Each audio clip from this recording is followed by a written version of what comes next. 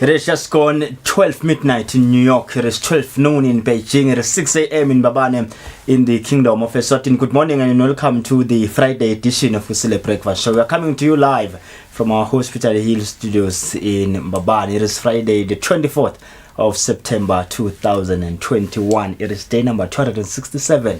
So the malanga 98 bongo supheleke umnyaka lo sethu ngolosihlanu wes39 uqalile umnyaka 7 ke les38 lesitephethako lomhlanga lesihlanu Friday special.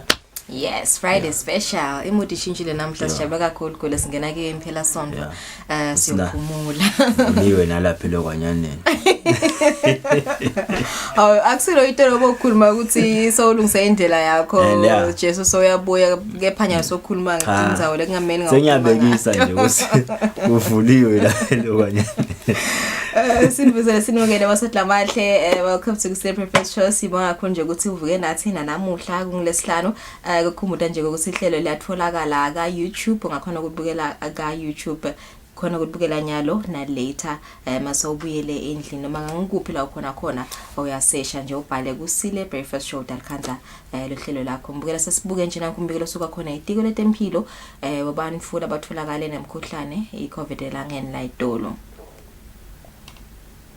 Amhlabahleliwe ke itolo babe ngu 1176 kwakhanzakala ukuthi laba ngu 55 banawo lo mkhuhlane we COVID-19 labasishile emhlabeni itolo babe sihlanu laba sesibedlela ke labelashwako bangemashumi lasiphohlongo 80 bese ukuthi lasebaluleme bangemashumi lamathathu namunye 31 bese ukuthi lasebawutholile nje sola wabhethu lo mkhuhlane bangu 45633 lasebasishile bangu 1209.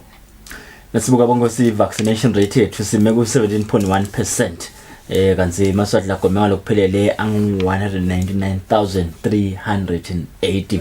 Uqhubeka ke umkhankaso ukuthi ba emaswati agome kulolonke live leSwatini sebanazo sengakagomi nje utahamba agome bonke njoba nebase betemidlalo ba nemkhankaso nakhona kuthenini ma sports fanatics akagome kuze kuthi naku sesigome sonke kuvuleke sambeni sebukela ibhola akuvuleke manje athi siyakhumbula nje uyathi kuphuma uhlala enzaweni udijabulise nalabo nebangani bakho netihlobo takho soya ngaba uhle ukuthi nase kufike ku 50% awu lapho sasiyakhona ukuthi sekacala ukuthi kuyavuleka lapha nalapha sasiyobukela ma teams 8 leswathandzako nje abane salos iswalo ngiswalo wonders. Oh okay manzi wonders yeah.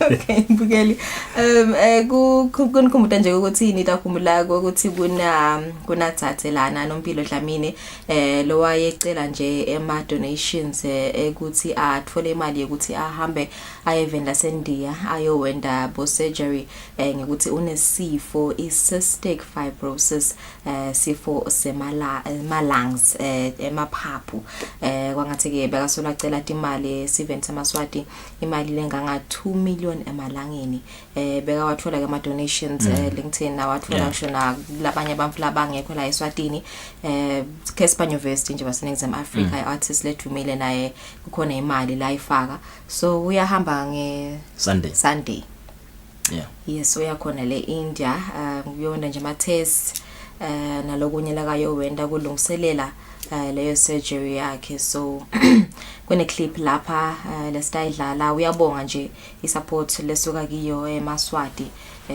ayikafiki yona le mali ku 2 million njengoba nje kusashoda le doti imali asesingene kiyo sibuke nje ukuthi ingabe ubonga uthini.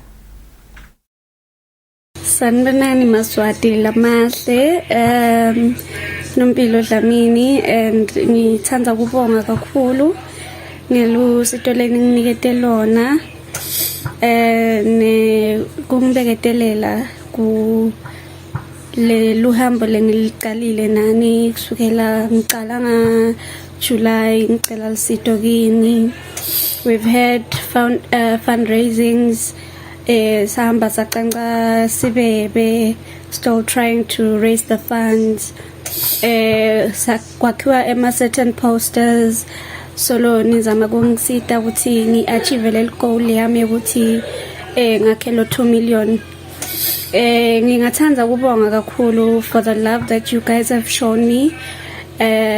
Kuze ngifike la sengikhona khona manje, and isangakapheleli but sesicisha sifika ngakhona ekupheleleni kwayo le goal lebengifisile, and ngalena lencane leseyikhona I can at least go near India sibe siyenda lamanye ema-test lakakhona njenge kwenda ukuthi okay nyalo sesenda bo lung function test sesenda nalama-test lamanye lekamgcokwa before wendiwe le surgery, and then also kunema medications lekumele ngiwathathe ukuze lamaphaphu angato rejecteka lamtimbeni wami. So ngale mali le ngiside yona ukuthi siyikhulise ngidokhona ukuthi ngihambe ngiye eIndia sibe sicala le process kancane kancane, and then eventually siwina, and ngiyabonga kakhulu ninginikete isicalo lesisha empilweni sekuthi ngikhona ukuthi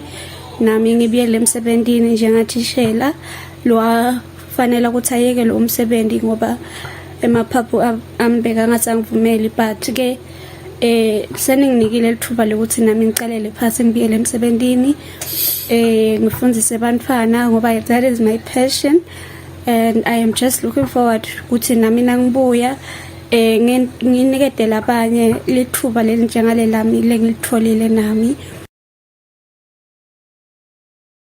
Nebala nguye ke Nombilo Bongosi abonga wena eMaswati nalabo nje bonke labambambisile kusafikela kulesigaba la kakuso semba ukuthi lihambo litaba luhle aphinzeke alithole nelisito la kalsinga phinze kutholekala naleli imali leshoda kutheni. Yes, ushoda ukuthi ushoda 750,000 ukuthi akhona ukuchithelela nje le treatment yakhe yonke seyiphelele.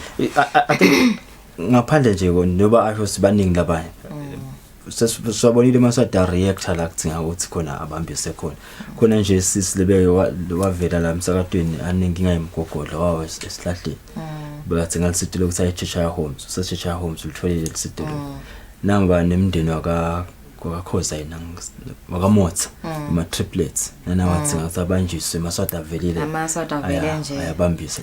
It's a good spirit. It is. You yeah, only see it here. Yeah, masada velana enhlito lenhle inhlito yekusita sesinhlito yekunakekela sinjalo nje lengithini.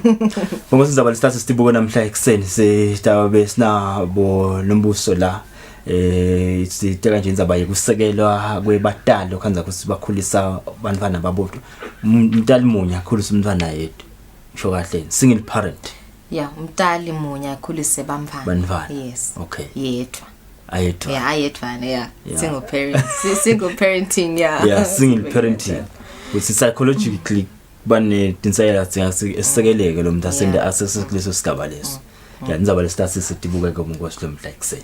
Njengoba it's a Friday mbuke nje uyati ukuthi lapha ehlelene sihlala nje siba nawe ama-artist lokho artists bakhulumise njenge career yawo sabe sinaye lapha i-artist lengu Kenny Deep. He is a house singer and songwriter wanominated nje for awards emaswama lamabili sitawuxoxisana naye ke namuhla ngale kwa7 ngophela tindzaba.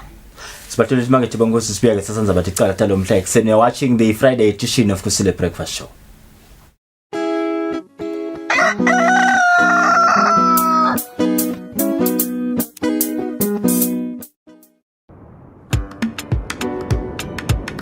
Bring your fire to the MTN Bushfire 2021 Digital Festival and enjoy one of the most diverse and multicultural digital festivals in Africa, free online.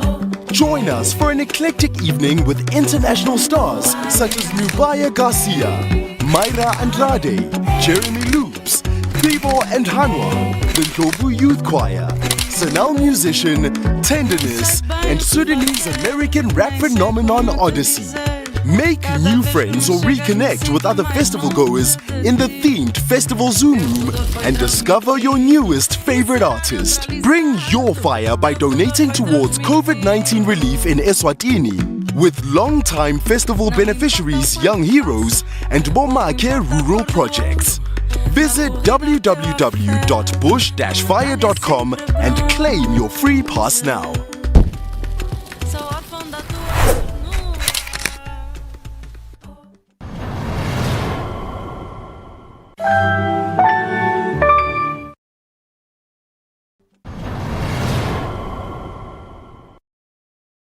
Get ready for the biggest talent search in the land. Spotlight's Buyanga Mawazawaza, and this year we are amping everything up. They had traveled from far and wide for an opportunity to take their passion to the next level. They put their all into it and emerged as victors. Now it's time for you to amp up your voice. Submit your 1-minute video audition to www.yellowhub.co.sz/the spotlight/apply, and you could win yourself a brand new Datsun Go, a record deal, and many more exciting prizes. Follow the Spotlight by MTN social media pages for more information. Amp it up. Everywhere you go, MTN.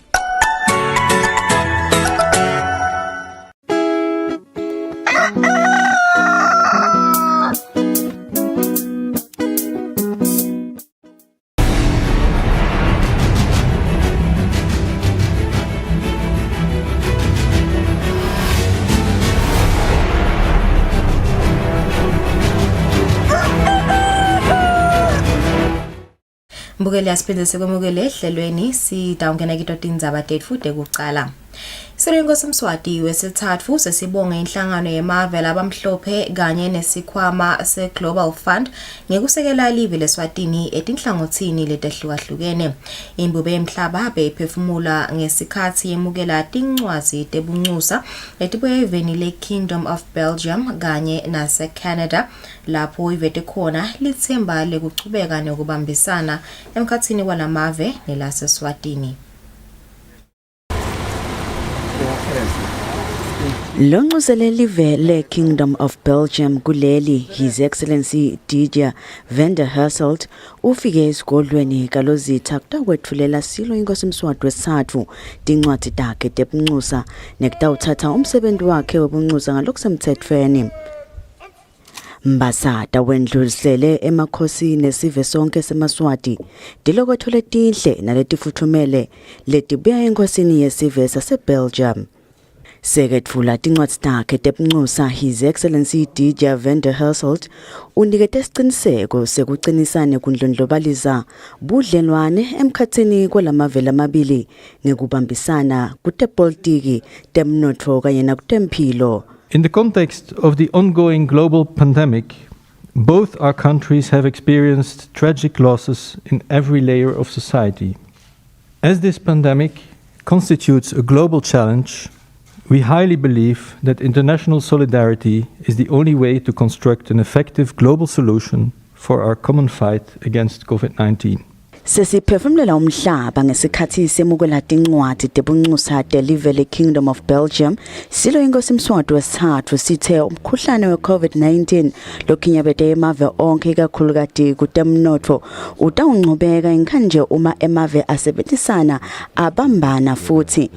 Imbube iphindze yabonga inhlangano yemave alabamhlophe i-European Union le live le Belgium liyingcenye yalo ngekusekela live leSwatini nalamanye emave ngaso sonke isikhathi etinhlangothini letehlukene. I'm glad to say that even here in the kingdom we have quite a number of percentage which is already vaccinated. Obviously still many more will require this particular vaccination. We hope this pandemic could really be something of the past, because it has kind of changed life in total all around the world in terms of traveling, in terms of so many things. It has, of course, affected the economies of every country. One has been observing quite a number of people who are now without jobs because of this pandemic, without the proper lifestyle. And this is not something which we all welcome, of course, especially given the fact that when there is a pandemic to deal with, then in addition to that, you find that there are more and more people becoming unemployed. Of course, to social welfare, this is a major problem. That's why I believe this problem could be confronted by all countries. Lokunye lokuqinisa buhlobo emkhathini kwalamave lamabili kuthi omabili lamave abuswa ngemakhosi.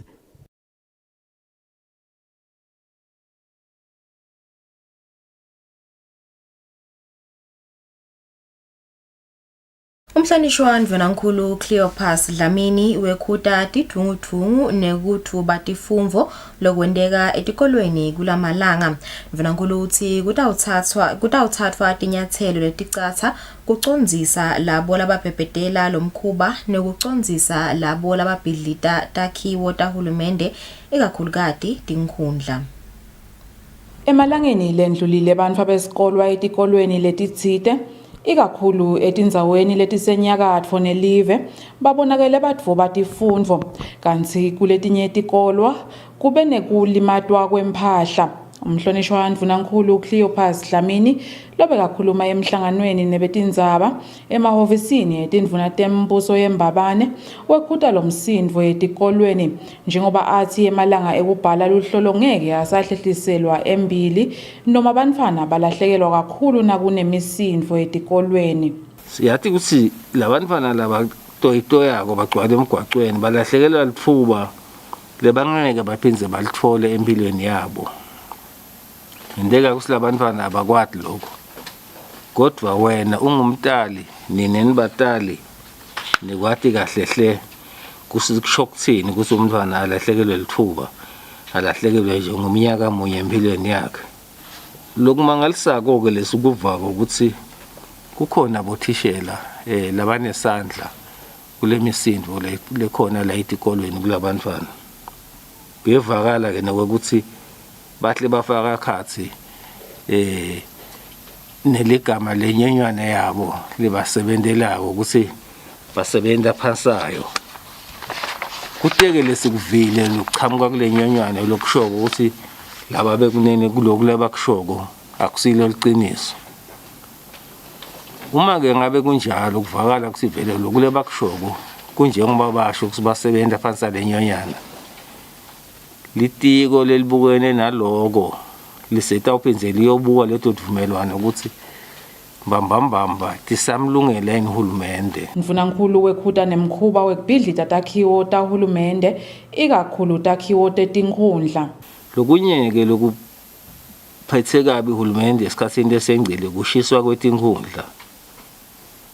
Kuyamangalisa ke lokho ngoba wonke umuntu uyathi ukuthi tinkhundla ngilapho kukhona khona intuthuko yemaswati. Ngilapha kukhona nemininingwane leminingi yethu nje sibantu. Ngilapha kubhalwe khona kutalwa kwebantu. Ngilapha kunemininingwane yokuholela abantu labadzala lesingathi ngema elderly grants. Kulahleka kwaleyo mininingwane leyo kumisa kabi labo labanaleyo labadzinga leyo mininingwane. Tikhulu nemimango nje bayacela ukuthi kubanjiswane kubonakala lokho ukuthi leti tigangi letishisa tinkhundla naleti shisa tikolwa nje nako konke tingabanjwa kanjani buyiswe emthethweni. Mvenankulu uthi lababukete kuphepha eveni sebatawucinisa tinhlelo tekuphepha emigwaqweni ikakhulu ngetikhathi lapho khona bonke bantfu babhekeka ukuthi bangahambi lokuba semkhathini wensimbi yemfica kusihlwa kute kube insimbi yesihlanu yekuseni. Kubikahle ngiwendlovu nginambongwa Dube sembabane. Libandla letenkholo le-Even lase-Korean Mission Church selinikelele hulumende kudla lokulinganiselwa ku-20,000 wamalangeni. Lemukela lokudla kuloyo lolisekela lalungcusele live le-Korea kuleli liphila Mvenankulu Themba Masuku lithi lokudla kutawunikwa labo labakudzingile kakhulu. Liphila Mvenankulu Themba Masuku lithi lolusito lwekudla lolubuya ku-Korean Mission Church lolubita imali lengu-20,000 emalangeni litawusita kakhulu bantfu labadzala kanye nebamfana. Siyabonga kakhulu lenikwentile nalechubeka nikwenta njenge takhamuti letikhona taseKorea letikhona Eswatini.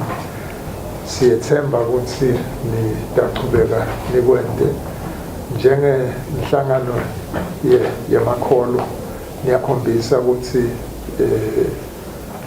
ninakelela labo labafanele kunekelela labahluphekile noma labangakhoni. Nekusibambisa nje ke ngoba sandla sahulumende sibasifishane nisibambisile lapha sibeka khona abantwana nokuthi niyedama kulungisa lokulungiseka kokuletha indzawo lesibeka kude abantwana. Hanji Kim lisekela lalonxusele live leKorea kuleli uthi bende lomnikelo ngekubuka ukuthi sive saseKorea lesikhona lapha eveni silinganiselwa ku120. Kim uthi ngaphambilini banikele ngekudla lokulinganiselwa emalini lengu400,000 emalangeni. South Korean people and church, especially church members, they are making some donation to people to the Eswatini. So up to now, we almost 4,000 food hamper to all across the country. But today we donate 100 food hamper to the deputy prime minister offices. So it's each 100 food hamper is about cost 20,000 emalangeni. But altogether for 4,000 food hamper is about 400,000 emalangeni altogether. So we hope this food can reach people who need it, especially vulnerable family, then help them during the COVID outbreaks. Lokudla kufaka ekhathi irice emabele kanye nemafutha kubala kulokunye. Etindzabeni Eswatini TV kubika Nelsiwendla ngamandla kunavuma inkosi inzinisa eMbabane. Live leMelika selisekele leSwatini ngemali lengetulu kwa2 billion emalangeni kuthuthukisa temphilo ngekusukela ngeminyaka wa2009 lokuvakala ngendvuna elitekule temphilo lizinkosi ngesikhathi live leMelika kanye neSwatini letinhlangothi letitsintekako lihlangene kubuka ukuthi yini esivumelwaneni seminyaka lesihlanu leyengcile lamave lakhona kuyenda kanye nekubuka ukuthi ezivumelwaneni lesisha angabambisana kanjani kutemphilo. Live leSwatini kanye nelive leMelika selisayine isivumelwano lesisha seminyaka lesihlanu sekuthuthukisa temphilo kuleli. Indvuna elitiko letemphilo lizinkosi ichaza ukuthi live leMelika lilesekele njani live leSwatini kutemphilo. Kusho siwena na hulumende weMelika kanye neCDC kusho Center of Disease Control kubuka ukuthi kwendekene kule minyaka leng5 ledlulile. Ikakhulu umsebenzi lebawendile la eveni ubuka tintfo taka HIV and AIDS, ubuka tintfo taka TB, but mostly HIV and AIDS nemisebenzi besiyenda kuleyo ndzawo leyo. Basupportile kakhulu nasibuka kusukelelela sacala khona na uhulumende weMelika kubuka letivumelwano besidenda kusukela nga2009 kuze kube ngilamuhla sebaspende about 370 million US dollars, which is over 2 billion. We support nje live la kangwane ngokuthi si manage si control HIV and AIDS. Mbasata welive leMelika Jean Malone uthi lokunye labakwendile ngekusebenzisana nenhlangano yakaphefa kanye neCenter for Disease Control kwehlisa tinombolo tebamfana labatalwa neligciwane leHIV kuleli nanoma kungasiyo inombolo lebajabulisako. Uthi bantfu labatfola ligciwane kuleli behle bafika ku44% nekuthi live likhonile kufeza umgomo wakamhlaba wa95-95-95 lokusho ukuthi bantfu labang95% kuleli bayasati isimo sabo sengadi labangileso sibalo banatha imaphilisi ekulithinsebalisa leligciwane kanti sibalo lesing95% sebalithinsebasile leligciwane emtimbeni. Working together have reduced infections by 44%. The country, one of only 2 in the world, has achieved the UN AIDS goal of 95-95-95. There are fewer children being born with HIV/AIDS. It's not enough, though. Indvuna ithi uhulumende wakuleli utimisele ukuthi temphilo tichubeke tibe sezingeni lelifanele. Etindzabeni Eswatini TV kubika Nelsiwendla ngamandla kunamuzi Mkhonda eMbabane. Indvuna elitiko letemphilo lizinkosi ithi nanoma imidlavuza leyahlukene ibonakala iyanza kuleli ephalive liyathuthuka ngetinhlelo tekupopola kwelapha lesifo nekusicwaninga. Indvuna bekhuluma emhlanganweni yokwatisa emalunga eParliament kabanti ngamdlavuza lapha eveni lobo banjele hotela isibane ezulwini. Beluphiko lolubuke isifo samdlavuza lapha eveni baqale ngekufundzisa emalunga ePhalamende kabanti ngemidlavuza leyahlukene lebonakala kule-Eswatini kanti bachazile ukuthi umdlavuza wemlomo wesibeletho kubomake noma tikhona tindlela tekuwuvikela kepha ubonakala wanza impela.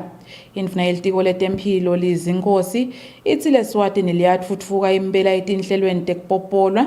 Indvuna yelitiko letemphilo Lizinkosi ithi le-Eswatini liyatfutfuka impela etinhlelweni tekupopola nekwelapha lesifo njengoba sebakhona bodokotela lababili bamdlavuza, munye lobuya eveni le-Cuba nalomunye lobuya eveni le-Taiwan.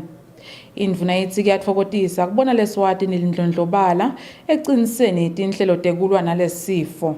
Esibhedlela sinabodokotela labaye bacwaninge letinto lesithatha la emtimbeni siyobona ukuthi yini tifo letile banato siphindze sathola wesibili kulabo bodokotela lokwende ukuthi kulomsebenzi lebawendako abebekisa nje ukuthi umsebenzi sohamba kakhulu kangakanani ukuthi kadzeni wawuthathwa ukuthi hey nasi sigadla sithathwe siyocheckwa kusaphele bo 10 months kodwa ngalendlela sesisebenza ngayo nyalo lele tinkulu tigadla sekuthatha bo 10 days ngalokho sesinaleto tinto tokucwaninga nekuthi lele tincane sekuthatha nje emalangana lamathathu so uyeva masinyane ukuthi umephi. Lilunga lePhalamende lenkundla yaseKhubutha leliphindze libe ngusihlalo welikomiti lelibuke kusebenta kwelitiko letemphilo Mlamuli Mabuza ubute belitiko letemphilo ukuthi engabe banato inhlelo tekwenabisa lusito loliphethelene nalesifo kuthi liyewufika emimangweni yemakhaya. In the near future, do we have plans maybe ukuthi singaya in the rural areas? Because now kuba lama coasts umfana lo suka eKhubutha noma umake lo suka eKhubutha uta la enangizaneni esibhedlela eMbabane uspenda plus minus 150 a day for the transport cost. Does the minister have a plan ukuthi maybe siye nakulama rural hospital kube khona facility maybe shiselweni? Indvuna ichazile ukuthi litiko layo linesifiso lesikhulu sekuletha ihlelo lokwelapha lesifo lolwatiwa ngele radiation etibhedlela takuleli kude kutowehla nelinani lebantfu labelashelwa lesifo eveni labomakhelwane eNingizimu Afrika. Kubika Hlengweni Ndlovu Nambongwa Dube Sezulwini.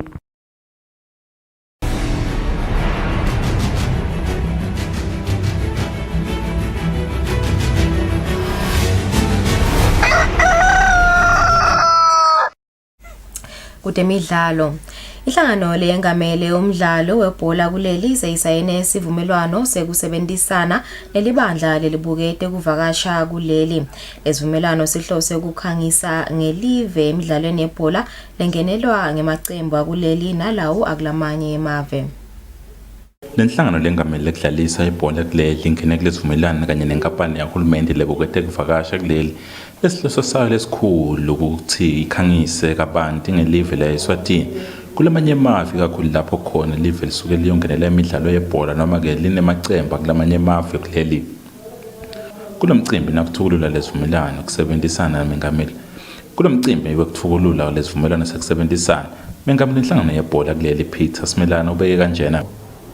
Sesitawusiqhubeka sisebenzisane lokuthi sipromote i-tourism in the country. Sibasa ashorishile thina sibhola lokuthi ibhola inebantu labanengi and ibhola inebantu labatravelishako local and international and sitaqhubeka silethe abantu labanemagama ezisikwentile even in the past ngaloko ethawutasita lokuthi kupromoteke abantu baladi live all over the world. Kanomphathi wayenkampani tekuvakasha lendanquma lokuthi bafuna ukuthi bafundzise nebadlali babe banxusa la ngcono elive. Sibe tekuvakasha sikhanza ibhola imcwa kakhulu kutekuvakasha ngoba ithinta abantu labanengi sivile nje ukuthi nyalo ngaDisember kutabe kunebhola lenkulu yaseKhosafa lefake emavela amanengi.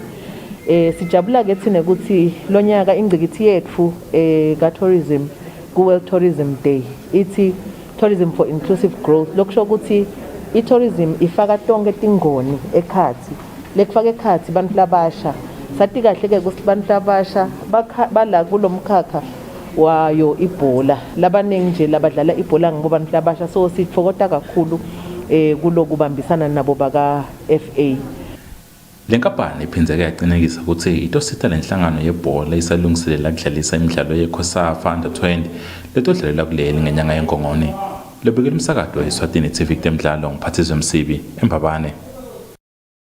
Lelo temidlalo siyadiphetha tindzaba tetfu tekucala asithathe likhefu nasibuya sidabe sikhuluma tindzaba dabo single parenting.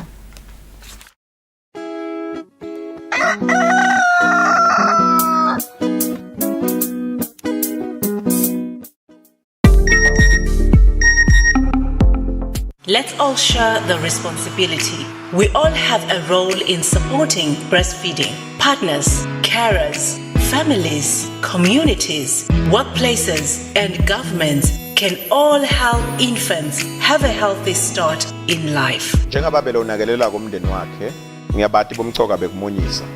Ngiko ngimesekela ngaso sonke isikhathi umkami asamunyisa.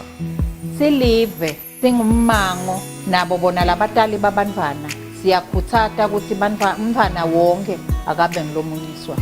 Lelo live nalelo live alikwende kube semahlombe alo ukuthi nangabe lakha imithetho make akanikwe lelo lithuba lokuthi akayomunyisa amunyisele futhi enzaweni lehlandekile. Umcashi kuphoceleleke ukuthi ayilandzele yonke imithetho lebekwe nguhulumende leyesekela kumunyisa. Support breastfeeding, a shared responsibility. My name is Eswatini. It's your boy DJ Sunday, aka BEC. Catch me and the gang on a brand new show. Amazing show. I'm so excited about first episode. Hot new show for Studio One. As you guys know, we do cover all things music and entertainment. I'm going to be doing the news aspect specifically. Our news is divided into two segments, into international news and then local news. I'm going to be on the cozy couch, hosting all the guests that we have on the show. So much for joining me on the cozy couch. Your performance, how did you feel about that? I loved it. Honestly, I was ecstatic, man. I'll be dealing with the hottest videos for the week. At number 1, we have Tenderness featuring Philanthropy for Love Me. We have the same thing, and it's now been open with the book of the universe. Number 1 DJ in Africa. See you every Saturday at 6 p.m. on Eswatini TV. Studio 1. Studio 1. Studio 1.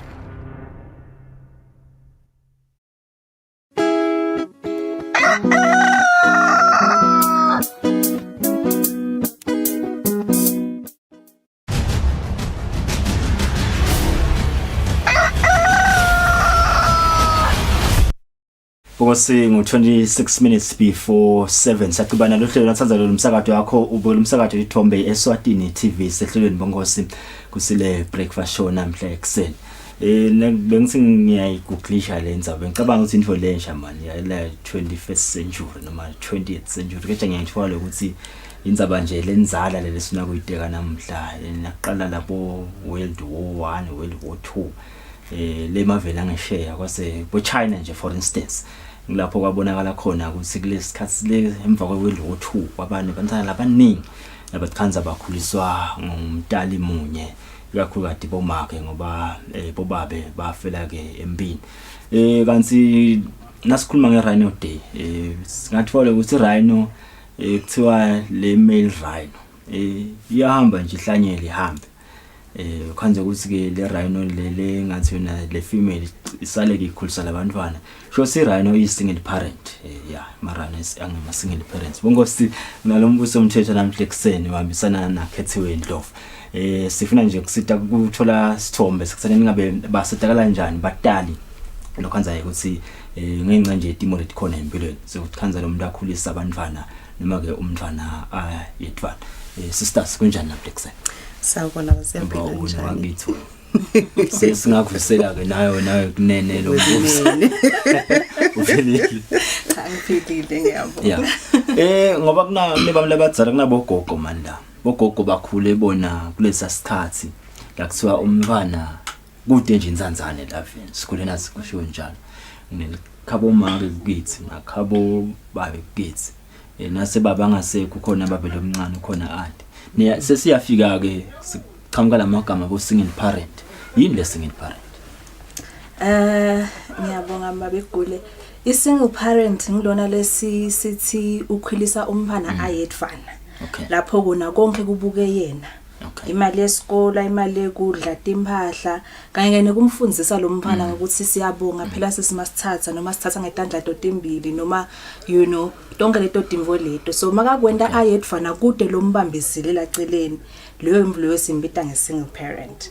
But ke sisamenda lo msebenzi waka single parent sebakhona ke labo labavela ko lamaceleni bathi yathi nami ngingiyo le single parent. Ngingiyo ngisho nganako ngeke ukuthi yebo ukhona yena babe akashonanga uyaphila nangu ngiyambuka eceleni kwami. But konke letimvo ngimele ngabe ngibambisa tona akangibambisi. So ngiyi-single parent kwakhona la khathi emshadweni. Ngaphela solo sathi ukuthi thina i-single parent umuntu ongakashada ngisho. Ngivlo divorce. Ku-introduction yakho uthi wafela empini. Balakafi nangilaceleni kwami uhledi. But bathi kudela la ngisita khona. We understand. Akangisithi ngalutho akasebenzi.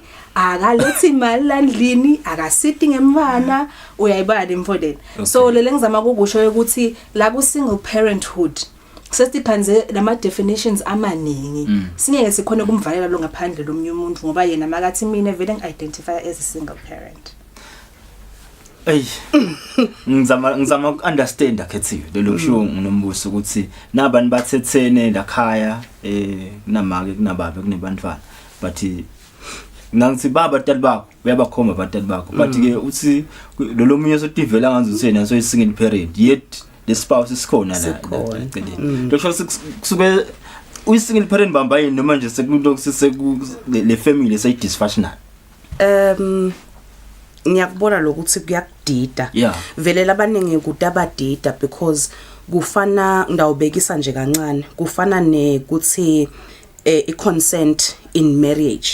Athi umuntu usenguthethe ngakulobola ngumkami mase ngifuna sale siyosebenta ekamereni uthi no sekune consent mawungakhanuki senguhlukubetile yabo understanding ganzi ke kuthatha umuntu being in the constitution of marriage does not mean ngokuthi konke seku automatic. It means everybody needs to be involved because when you're parenting kusho ukuthi nikhulisa abantu nobabili nibambisene. Mase mine ngikhulisa lo muntu ngingedwa. I'm now doing the role say yamngedwa uyabona wena so khona ngesithombe umfana nami yakhona kukhomba ukuthi cha ngihlala namake nababe ekhaya masithi tafuleni sidla kanye kanye baba hamba ngene ku cellphone avuke eksena ahambe abuye adle kube routine yakhe akasiko involved akasiko hands on kulokukhulisa lo mfana. It goes as far as asho lo mbuso ukuthi ngisho imali yalakhaya ukhanza sayisetshenzwa ngimake kakhulu babe sekushoda school fees bamfana sebabacoshile esikolweni sitawubona make sineke asikhoni lokuhlala simele sitawubona sine siyasha because si maternal yabo siyasha thina sifuna ngathi lenfo ingasotheka nyalo because asifuni lo mfana fu ahlukubeteke lesikolweni ngokuthi so ucoshiwe se embarrassment kulomfana sekumvisa buhlungu uyalimala uyabona so thina sizama ku save tonke letimfo lethu ukhanza ukuthi sekuyajwayeleka lokuthi sekukhipha make so comfortable babe. So single parent. Ngiyakhumbula nami lo wangisakhula manje ngasile bengilebo standard banibani lokhiyo lo usinang nawufuna 949 hamba lapha unqonqotha lapha kuna nawufuna lo ukuthi ahambe ngala ngathi noma kuma single parents la impact yale single parenting nombuso ngisafuna ukuthatha la kulomdala lo lokungiyena adivela ukuthi single parent noma lo vela ngile single parent kumlimata kangakanani nje encondveni lokuthi okay ngifuna ukuhlukanisa usihlukanisele kulona lo semshadweni ke nje vela ayi single parent kuna nangivele yena lo ngakathathwa lo single parent ke vele ukuthi ikhona labantu labalento bahlukubeta kangakanani encondveni. Yabahlukubeta kakhulu encondveni ngoba kulona nje lobambe yedfana uba nako lokuthi uyathi kube ukhona sibani ngabe angikwendi kaso ngabe angidonse kamadima engabe mina ngendandle lengakaleyo lokhetha ukuthi ngikwende ngedvana lokho nalo lomunye longale emshadweni uthi akube akekho namfuna ngitobonakala athi vele kungcono ngedvana vele uyayibona ngoba labanye bazi basho ukuthi yathi sekungazi ukuthi senginemfana wesithathu if abantwana bababili landlini ngale nivuthana isofika ngena bengumfana ngala sekumele sale ngenda njani ngimnaka ngoba akangibambisi so vele kuyabahlukubeda kakhulu ngibona bathi ngakhona isupport kithi thina nje ama psychologists bafike bakhale ngaloko kakhulu and ngifuna ukustressa ukuthi nabo babe nabo kuyendeka ukuthi abe single parent babe akusibo bomake bodvana sikukhona nje bobabe la uva khona ukuthi wahamba waya kumathapha siyofuna umsebenzi imake kuze benginamhla smart washonaphi nekuletha imali noma simshayela usitshela ngabo rent yena kumathapha ngani kumathapha but banifana kude la kusendako so ngingimbabe la khaya losele mina ngifolomela 13 leyo mali ekufoloma kubona mina sesikoleni kwendekani ekudleni ekugcokeni konke ngimi uyabo so vela ka single parenting akusibo bomake bodvana but vele kuyabahlukubeda kakhulu ngoba kwakha iresentment lo usho ukuthi yathi lo mfana masimthola sasijabulile kude bekazonda lo muntu kepha nyalo masisekumele simkhulumisa kusabukwana kusakhulunyiswana labanye bayathukana nekuthukana njalo makumele sihambe siyofuna imali tabo maintenance nato tonke leto dingwelethu so vele there's a lot of psychological issues like single parenthood lathi ngala ma single parents ukuthi siwaseke sikhone lokho ukuthi sikhone kubasida ngifuna uyithatha khethiwe kulabantwana ngake nami ngathi ngiyahamba la endleleni ngivala omunye athi na live la make solitayela noma selithi ngakwenti lo kuyafana nje ushoda nganaliya baye bese siphindze nasihamba la emgwaqweni siva le ukuthi ngazuthi emajama atsala yakhona kumbona umntwana lokhuliswe single parent kakhulu kade labafanele impact yale nto leyo ebantwaneni kakhulu kade the male child ngoba seemingly le focus kwalamalanga ingala abantu bombadaneni umfana lokukhuliswa ngimake ayedvana uba khona inimthelela ukuthi lona washoda ngelive lendvodza ukhona because uye uve kuma socials bathi uyimama's boyfriend yabona lo munye ushoda ngalokuba manly lokhu lesesibekelwe na society ukuthi mawumanly ubanjani timvo takho uphatha njani uyabona kunekuba negative kunekuba positive uyabona ku positive ngekuthi umfana emfana yakhona ku understand ukuthi oh makwami undlule kuloko naloko so maybe in the future mina ngeke ngikwende lokho kulomunye umuntu and intombadana iphathwa kaso this is how they are naturally babamfu laba soft sofuna ngimphathe kahle ngimnaturishe uyabona but also kuba negative because angakwenda lokwendiwe ngibaba wakhe kuye uyabo ukuthi atalisa shiye angabi ngibabe athi after all ngikhulile mina without babe so ndokhula naye kushothi siyakhona kuphila without babe so akaphile naye uyabona also nendlela leke ndangato lobubudvodza lesinye isikhathi kuyashoda vele ngikho batawuthi uyabonakala wena ukuthi ungumfana makhe ya futhi ke nala mshadweni ngiyive bengosi akusho ukuthi ngine experience kepha nje phela abangani bami labaningi bashadile ngiyive nje basho le ukuthi yonke umuntu nake uthathe sakumake kanti phela sokufika esigabeni sokuthi uma uyathathela bese basho ke labo makoti ukuthi avungivele wakhuliswa ngimaka angive sibaro ngabakhuliswa ngimaka ngifuna uphinze nombuso usithathela ngoba sine ngala kahoho berefusi khanza si bami labaningi basebenza eJozi usilelo sebenza eJozi ke babe makula khaya lo maka ngathi khanza nikusina athina so isingini parent kanti phela babe lo Josi iyeti envelope for every month yebo yena akekho la but le envelope yeda la ekuthiwa ke labanye imali ayimkhulisa umuntu uyisingini parent indona kanti phela lo babe lo Josi uya provide tonke le tinto lapho ke lokumcwanga lokubambisana ukuthi bayakhona ukubambisana so uma athi babe mina imali ngiyayisenda yebo wena imali ayimkhulisa umntwana but makadile ekhaya le role uyayidlala yini and inyalo uyayi in a new age you understand babe asingamshayela babe singamtfola ka WhatsApp singamtfola kuletinye itimvo there's so many ways that babe can be involved even though akhashana akusiko lo akatsensa ngene emgodzini so ungenile sesiyombona after 3 months uyayibona emvoleni lokumcwaka ukuthi bobabe namake mabahleli phasi babuketa ukuthi le parenting style yenda kanjani bakhona ukuvumelana ukuthi sitawubambisana kanjani umcwango lokubambisana. So for as long as bangakabambisani vele kutoba khona nang lo tathi mina ngi-single parent because of this. Uyayibona. And vele inkinga lesibese si challenge kakhulu la single parent is that bese bakhona nang lo overcompensator overcompensatele nangilo ngekho. Uya understand le mvo le. Kulapho ke la sekubese sekuba netinkinga khona ke la towakheka khona bo mama spoil kabashoko sisikhethiwe sekutowakheka a lot of resentment ngetimvo le because so long zama kuvala lesikhala. So ukuthi akekho lo muntu sola hamba usemsebentini yena ugcina extended shake. So lokumcoka lesivamse ukugcizelele especially masenda nje bo co-parenting counseling kuye ukuthi ke nine nobang2 inzaba yenu kumele nihlale phansi nivumelane ukuthi lo mfana lesimlethela emhlabeni sitamkhulisa kanjani sobabili akudingi ukuthi sizihlale endlini kanye noma sizesishada. How easy is that? Ukuthi naba labantu banebudlelwane vele but sebehlukene lomunye sohamba yakhanza sina behlukana kabuhlungu manje balimatana but ke iqiniso lithi kunalomuntu lokhona ke la kufanele sibe soyabahlanganisa. Niba sita njani laba kwanze ukuthi ngoba nami siyabukela le stage bona silabantu bafuna ukubhana kwakhona nyana 5 years later so bafuna ukubhana kajana ababonana. How do you head there? Uyatile ndvo isimanga kwasho icolleague yami yathi uyati manithola umphana nithanzana umphana usicithu kwa sound ngathi yinvo lembi kanzi kuliciniso kuba nemphana kukhulelwa ngoba hayi ukuthi kusuke kukhulelwa wena wethu senikhulele no2 akudzingi nekuthi nicabane kabi. Lokho nje sekunalo omnye umuntu lo sadzinga nobabili lo sadzinga imali lo singa lithambo udzinga attention udzinga kokuthi nivane niyavana kumnanzi nimakhe kumnanzi angadi ukuthi isalaphi kwaze kwaba nalomuntu impenyanisi angadi kwentekani.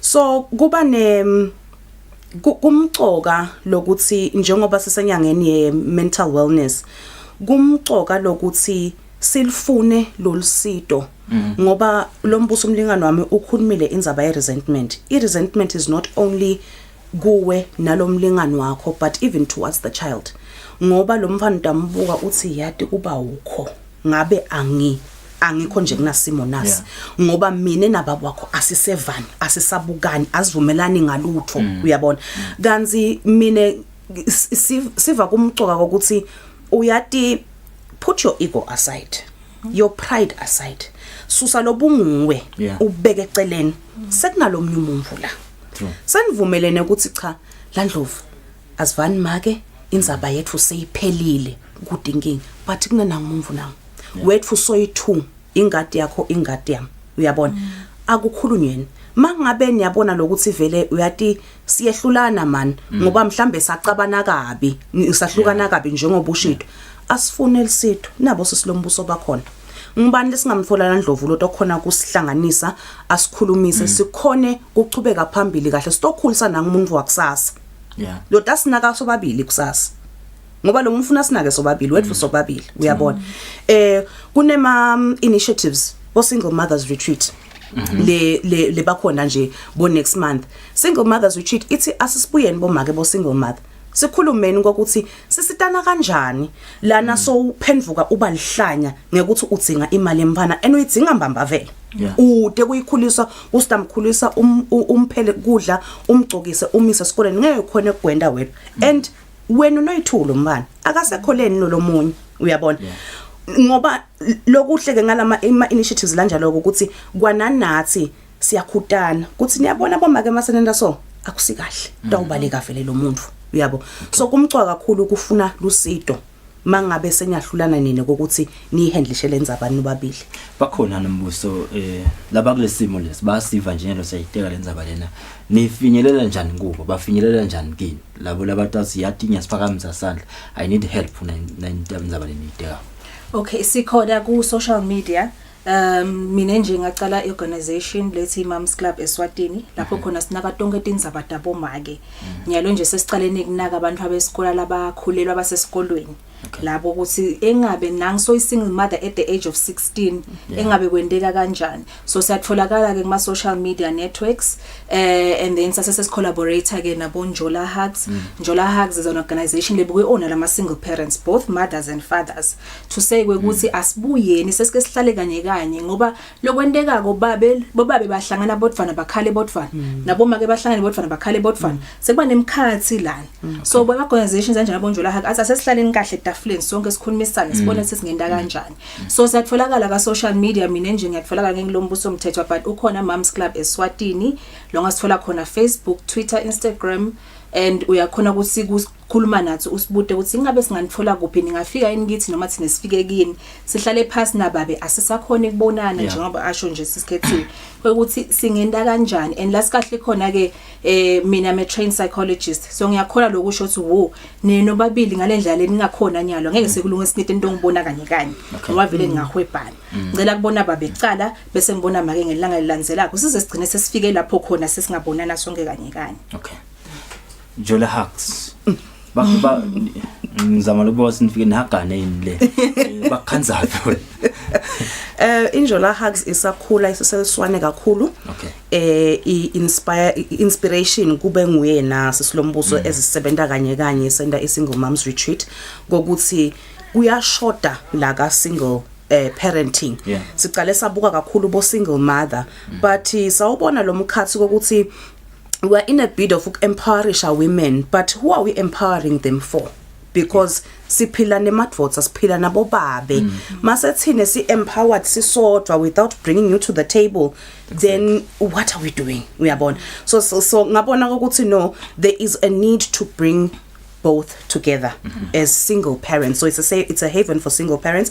Njola Hugs isaqatfuta isakhuliswa ngisatholakala personally on my social networks onke la khona nangelicingo but itawukhula sitabe sese broadcaster kahle sikhona ku advertise. Ngizafuna ke siteke nayindzaba nayilana sesigcina nje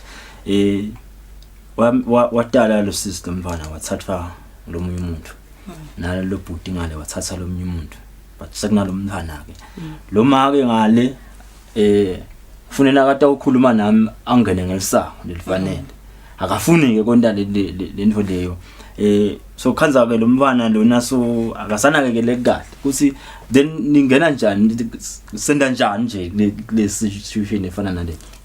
Ngile co-parenting counseling ngele bengikhuluma ngayo le whereby siletha wonke umuntu lo iparent yalomfana.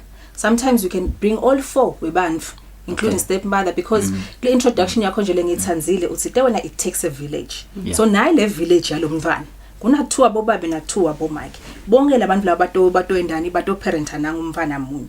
So we come together sibone ukuthi what is the best way but icala nganaba labatala lo mfana wekuthi ke ni nasi manhlukana navumelana ngani in terms of parenting ngoba kuyendeka babe athi ngiyabona social deal kepha ngiyacela indvodza yakhe ngamthinzi wami umfana udiscipline wangimi uyayibala emvoleni kanza kahlali naye uyabo so sekulala ama dynamics la ngolata ukhoza le friction vele because nyalo make emshadweni wakhe sekuba nenkinga vele ngoba vele umfana ukhula ngani ukhula ngeke uthi experiment angiva nawe la uthi kumfana yelo makwakho lo yakaphili uyayibona le mvole kwa so nathi siyafika sikhulumise tonke leto dimvole nani senikhulumise badala kwekuthi naye lo mfana kuphele kumtshela umfana ukuthi ngamkhulumisa to stepmother wakho abaphili uyabona kuyamlimada lo mfana because ngima kwakhe loya uyayibona egcineni kwawo wonke so vele siyathi silabantu labadzala sibuye sibahlalise phasi sibabonise lo ukuthi lo mfana umflo imalako kakhulu kuma single parenting kuba ngumfana kwekuthi nine nibanga malini nibangani the person lo sufferisha at the most at the end of the day kuba ngumfana so ngosi irule yecala ka co-parenting sivamise ukuthi konke lenikwendako nikwenda in the best interest of the child na umfleni imbeke embili so lo kwendako if wala nemali ngiyakubuta is it in the best interest of the child wathi no usho sesodukile Nembala liveli ushayile umthetho le Child Protection Act nanayo it is in the best interest of the child ngiyabuka nje ngoba phela khona lamanye amave nje lamanye ama cultures ngicabanga ukuthi there's something that we can learn kulapha kunaba benkolo nje yemasulumane there are certain countries like Afghanistan la ne Taliban khona nyalo bona bathi abayade into yabo single parents kude nje into lenjengaleyo nje yeah ngicabanga ukuthi but ngifuna ukugcina la kuye khethiwe ukuthi ukukhuluma nombuso ukuthi niyawasita imantombazana lakhanza usekakhulelwa ekuthenini kahle what is the right message that you can relay emantombazaneni ngoba athe ma studies la vele siwatholako ka UNICEF bantu bangadalisana manqayela amathuba siwagcine bathathe bese sekwanzakela ama single parents silwa ne teenage pregnancy nje la vele yini lo ngakusho mantombazana nalo nje yageza esikolweni ekuthenini akangakhulelwa angazadikhanze ngoba kude vele apply ukuthi ufuna kuba single parent ufuna kuba step mother but there's a choice you can make la when that's probably ungafiki lapho ngiyabonga kunginiketa opportunity ukuthi ngikusho lokho i-message yebanfana solo ngiyo lisukela katheni it's abstinence ngoba kubhlunge ukuthi sesiphila etikhatsini tesimanje manje la sekukhulunywa ukuthi asifundise bamfana ngetekulalana nani bo protection nani but the honest truth ukuthi bamfana they should abstain because naku nje thine we single parents both of us and mina nje ngidawubekisa ngami ngokuthi ngi single parent nje kunetinfo letsengalungi kulobu single parent bami sina babwemvana kunetinfo lekusathi ngatilungiso kulukhuni kukhulisa umfana uwetwa utotkanza ulambile utotkanza ungakhona igcoka utotkanza ungakhona ukuchubeka nangempilo umfana uyabambelelana kuliciniso lokho lesingeke silifihle umfana uyabambelelana umfana yiba naye so uready udisebentela engconveni yakho uthi ingabe lo mfana mangamdala angishiye baba wakhe ingabe ngidokhona yini kumondla ngingedwa usengafiki lapho musa kudala so bamfa besikolwa engathi bangasisida bangalali. We just need to preach abstinence. It's difficult because umfana tawenda la kufunako at the end of the day and learn the hard way. And we are learning the hard way as old as we are. We are learning the hard way. Kuplong gulukhuni. That's the honest truth. But I wish bamfa bethu bangasilalela masithi ungakwendi lokho kunemthelela lemibi. Akuvile manje badana. 30 seconds. Talk to the boys. Kuthatha abantu lababili kwakha umntwana. And la kubhlungu khona la ku pregnancy na ku single parenting bese sasibeka kakhulu ngala bo make or the girls but infombadana imithi yotfana you know so as a boy nawe dithanze sekwaphela lokho ukuthi buhle benivotha kuyeke ukuthi ulelena ngakho emanfombadana nyalo siphila esikhatsini sabo HIV siphila esikhatsini letibi kukulikhuni ukuthi at the age of 16 17 una sebakufuna i-maintenance ngoba vele kade phe batakubopha ifungondle uyayibala mfole so akusiwe ukuthi ngidawumithisa ngishiya atakufuna baze bakuthole ukuthi ubuye utobhadala so vele kumcwalo ukuthi let's just abstain siheta sikhathi makwambeka athi bafana baphele sisi nemantombadana kapheli usatokhula utawu maso ready so khona kunaka ema consequences kulapho langawenda khona ke lankoma actions lawo Nembala bonke sing 2 minutes before 7 besinakhethiwe la nombuso sitekana indzaba nje yekukhulisa abantwana noma ke umntwana uwedwana sitabo badala labo basekeleka kanjani ngiyathi ke leyo ukuthi bomake ngibovela abaphakamisa sandla kuqala kanti nabo babe bakhona ngoba bona abavami ke leyo ukuthi bese babanga lo msindo ngathi mangisho kahle nangisibaba ngumsindo probably ukuthi bese bayagijima bafuna kwelekelela ngalo mntwana ngazi nabo liqiniso sibangakwenda lokho naba bakhona bokhethiwe nabo nombuso la kubetha lelo sitho lo bongosi stowakha society le kahle ngoba kona iqiniso limile lo ukuthi nangithi ngiyabuka nami biblical bekungasiyo le design yalo mtsala wetinsuku le kodwa ke sesila sesilungisa njani ke bonke siyasibahlole emarket sitathatha yenza bathe sibili la mhla ekseni ungaphilisi we rhino le shia lebeka kuyihambe yeah okay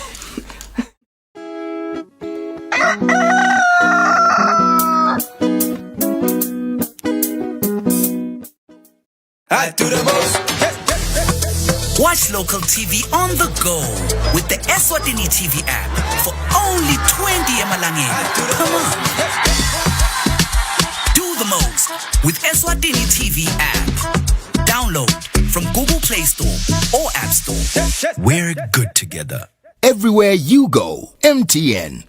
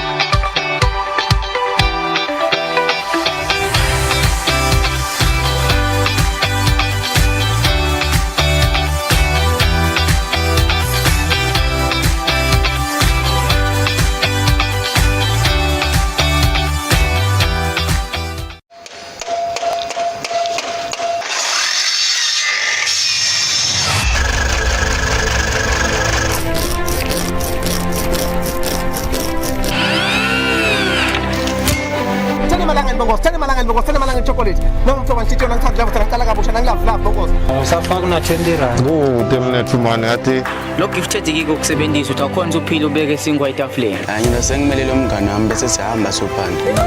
Shemu ngichasha maye mahle ebonile. Ngafuna ukuthi le project ingawa ngikhona nami ngoba angisuka umuntu othanza ukuthi info ingafa ngikhona. Isine life lesiyakiyo umuntu ngangemuntu kuyafuna at least abe nawo 3 ma skills in life.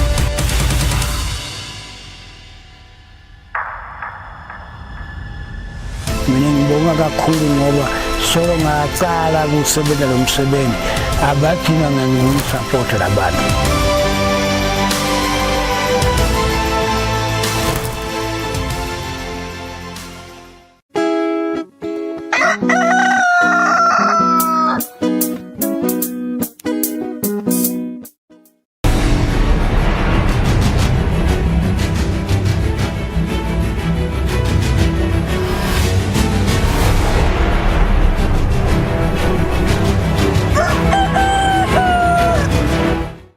Bukele nguvusele ngomukele ndzabeni tesibili italo mhla ekseni libito lami ngiLinkedIn kude. Silo semhlaba ingwenyama inkosi Mswati wesithathu sesibonge ngenhlangano yemava labamhlophe kanye nesikhwama seGlobal Fund ngekuchubeka nekwesekela live leSwatini tinhlangothini letahlukahlukene. Ngwenyama iphefumule ngesikhathi yemukela tincwasi tebunqoso letibuya ke ebukhosini belive leBelgium kanye nelive leCanada lapho ke ivete khona lithemba lekuchubeka nekubambisana emkhathini kwalamave lamathathu. Lonqosele live le Kingdom of Belgium kuleli His Excellency DJ van der Hasselt ufike esigodlweni kalozitha kutakwethulela silo inkosi Mswati wesithathu tincwadi takhe tebunxusa nekutawuthatha umsebenzi wakhe webunxusa ngalokusemthethweni.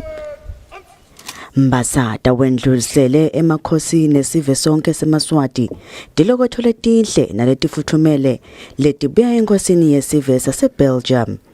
Seketfula tincwadi takhe tebunxusa His Excellency DJ van der Hasselt unikete isiqiniseko sekuqinisane kundlondlobalisa budlelwane emkhathini kwalamave lamabili ngekubambisana kutepolitiki temnotfo kanye nakutempilo. In the context of the ongoing global pandemic, both our countries have experienced tragic losses in every layer of society.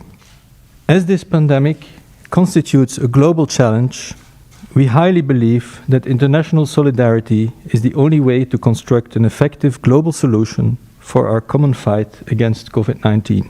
Sesiphefumlela umhlaba ngesikhathi semukela tincwadi tebunxusa deliver le Kingdom of Belgium silo inkosi Mswati wesithathu sithe umkhuhlane weCovid-19 lokhinyabete emave onke kakhulukati kutemnotfo utawungqubeka inkanje uma emave asebenzisana abambana futhi imbube iphindze yabonga inhlangano yemave alabamhlophe iEuropean Union le live le Belgium liyingcenye yalo ngekusekela live leSwatini nalamanye emave ngaso sonke isikhathi etinhlangothini letehlukene. I'm glad to say that even here in the kingdom we have quite a number of percentage which is already vaccinated.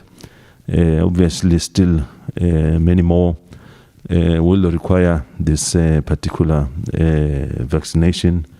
We hope this pandemic could really be something of the past, because it has kind of changed life in total all around the world. in terms of traveling, in terms of so many things. It has, of course, affected the economies of every country.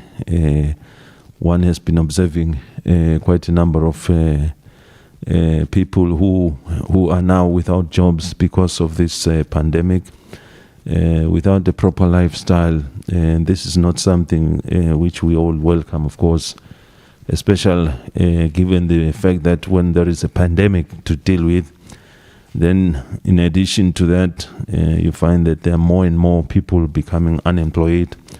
Of course, to social welfare, this is a major problem. That's why I believe this problem could be confronted by all countries.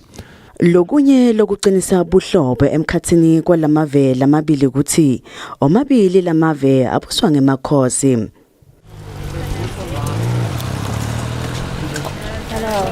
Her Excellency Caroline Delaney lonxusele live le Canada ufikele esigodlweni kalozitha kuta ukwethulela ingwenyama yemaswati tincwadi takhe tebunxusa. Live le Canada litimisele kusebenzisana nekubambisana nelive leSwatini ngayo yonke indlela. Lonxusele live le Canada kuleli Her Excellency Caroline Delaney uthe lamave lamabili anebudlelwane lobuqinile futhi lesolo bumile emkhathini kwabohulumende kanye nesive salamave. One of the joys of being a Canadian diplomat is the strong people-to-people ties that Canada has all over the world. Eswatini is no exception. Many Mswatis have completed university degrees in Canada, including my dear friend, the Minister of Foreign Affairs, who attended St. Mary's University in Nova Scotia. Canadians must also thank Eswatini for an important moment of national pride when the Toronto Raptors won the 2019 National Basketball Association Championship with assistant coach Jama Malalela, who is from Eswatini himself.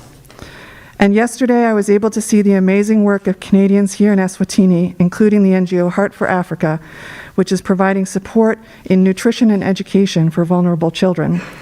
Through people-to-people ties such as these, we lay the groundwork for cooperation in many areas. Yemukela tincwadi tebunxusa telive le Canada ingwenyama yemaswati silo inkosi Mswati wesithathu sibonge live le Canada ngekusekela emaswati etinhlangothini letehlukehlukene. Imbobe ithe yethemba ukuthi kubambisana nekubumbana emkhathini kwalamave kutawuqhubeka njengoba live leSwatini belikade liphokophele kubalelweni kumave lathuthukile ngeminyaka wa 2022. Ngako live le Canada njengoba lona selivele likilo lelizinga selitawulisita kakhulu live leSwatini. We appreciate that there's been so much cooperation between the two in many fields. Some of them you mentioned during your remarks, and we know some of this support, it goes to supporting men of Maswati who are still trying to make a difference in this country, as this country was hoping within 2022 will become one of the first world countries. But of course, due to this pandemic, it has kind of prevented us to reach that goal. But nevertheless, we are still determined that we will make it through, because it is our belief and our trust that one day we can become one of the first world countries amongst first world countries of the world. Lamave lamabili sekaneminyaka lemine kakhulu solo aqala budlelwane nebhlobo lesolo bumile. Etintsabeni kwikapholile Maziya esigodlweni kalozitha. Umhlonishwa Ndunankulu Cleopas Lamini wekhuta ke tidungdungu nekuduba tifundvo lokwenteka etikolweni kuleti nsuku. Ndunankulu uthi kutawuthathwa tinyathelo leticatsa kucondzisa labo lababhebhetela lomkhuba nekucondzisa labo lababhidlita ke takhiwo tahulumende ikakhulukati tinkundla. Emalangeni lendlulile bantfu abesikolwa etikolweni letitsite ikakhulu etindzaweni letisenyakatfo nelive babonakele batfu batifundvo kanti kuletinye tikolwa kube nekulimatwa kwemphahla. Umhlonishwa Mvunankhulu Cleopas Dlamini lobe kakhuluma emhlanganweni nebetindzaba emahhovisini etindvuna tembuso yembabane wekhuta lomsindvo etikolweni njengoba athi emalanga ekubhala luhlolo ngeke asahlehliselwa embili noma abantwana balahlekelwa kakhulu nakunemisindvo etikolweni. Siyathi ukuthi labantwana laba toyitoyako bagcwala emgwaqweni balahlekelwa lithuba lebangeke baphindze balithole empilweni yabo. Indeka ukuthi labantwana abakwadi lokho. Kodwa wena ungumtali nini batali nikwati kahlehle kusho kuthini ukuthi umntwana alahlekelwe lithuba alahlekelwe nje ngomnyaka munye empilweni yakhe. Lokumangalisako ke lesukuvako ukuthi kukhona bothishela labanesandla kule misindvo lekhona la etikolweni kulabantwana. Bevakala ke nokuthi bahle bafaka khathi neligama lenyenywane yabo libasebenzelayo ukuthi basebenza phansayo. Kutekele sikuvile lokuchamuka kulenyenywane lokushoko ukuthi laba bekunene kuloku labakushoko akusilo liqiniso. Uma ke ngabe kunjalo kuvakala ukuthi vele lokhu lebakushoko kunjengoba basho ukuthi basebenza phansi lenyonyana. Litiko lelibukene naloko liseta uphenze liyobuka leto vumelwano ukuthi mbambamba tisamlungele yini uhulumende. Mvunankhulu wekhuta nemkhuba wekubhidlita takhiwo tahulumende ikakhulu takhiwo tetinkhundla. Lokunyeke lokuphethe kabi uhulumende esikhathini esengcile kushiswa kwetinkhundla. Kuyamangalisa ke lokho ngoba wonke umuntu uyathi ukuthi itinkhundla ngilapho kukhona khona intuthuko yemaswati. Ngilapha kukhona nemininingwane leminingi yethu nje sibantu. Ngilapha kubhalwe khona kutalwa kwebantu. Ngilapha kunemininingwane yokuholela abantu labadzala lesingathi ngema elderly grants. Kulahleka kwaleyo mininingwane leyo kumisa kabi labo labanaleyo labadzinga leyo mininingwane. Tikhulu nemimango nje bayacela ukuthi kubanjiswane kubonakala lokho ukuthi leti tigangi letishisa tinkhundla naleti shisa tikolwa nje nako konke tingabanjwa kanjani buyiswe emthethweni. Mvunankhulu uthi lababukete kuphepha eveni sebatawucinisa tinhlelo tekuphepha emigwaqweni ikakhulu ngetikhathi lapho khona bonke bantfu babhekeka ukuthi bangahambi lokuba semkhathini wensimbi yemfica kusihlwa kude kube insimbi yesihlanu yekuseni. Kubikahle ngiwendlovu nginambongwa Dube Sembabane. Libandla letenkolo laseKorea iKorean Mission Church selinikelele uhulumende kudla lokulinganiselwa ke ku-20,000 emalangeni. Lemukela lokudla kuloyo lolisekela lalongiselele ivele eKorea kuleli liPhinland nangulu Themba Masuku lisekela ukudla kutawunikwa labo labakudzinge kakhulu lapha eveni. LiPhinland Vunankulu Themba Masuku lithi lolusito lwekudla lolubuya ku-Korean Mission Church lolubita imali lengu-20,000 emalangeni litawusita kakhulu bantfu labadzala kanye nebamfana. Siyabonga kakhulu lenikwentile nalechubeka nikwenta njenge takhamuti letikhona taseKorea letikhona eveni Eswatini. Siyethemba ukuthi nitachubeka nikwente njengenhlangano yemakholo niyakhombisa ukuthi ninakelela labo labafanele kunekelela labahluphekile noma labangakhona. Nekusibambisa njeke ngoba sandla sahulumende sibasifishane nesibambisile lapha sibeka khona abantwana nokuthi niyedama kulungisa lokho lokulungiseka kokuletindzawo lesibeka kude abantwana. Hanji Kim lisekela lalonxusele live leKorea kuleli uthi bende lomnikelo ngekubuka ukuthi sive saseKorea lesikhona lapha eveni silinganiselwa ku-120.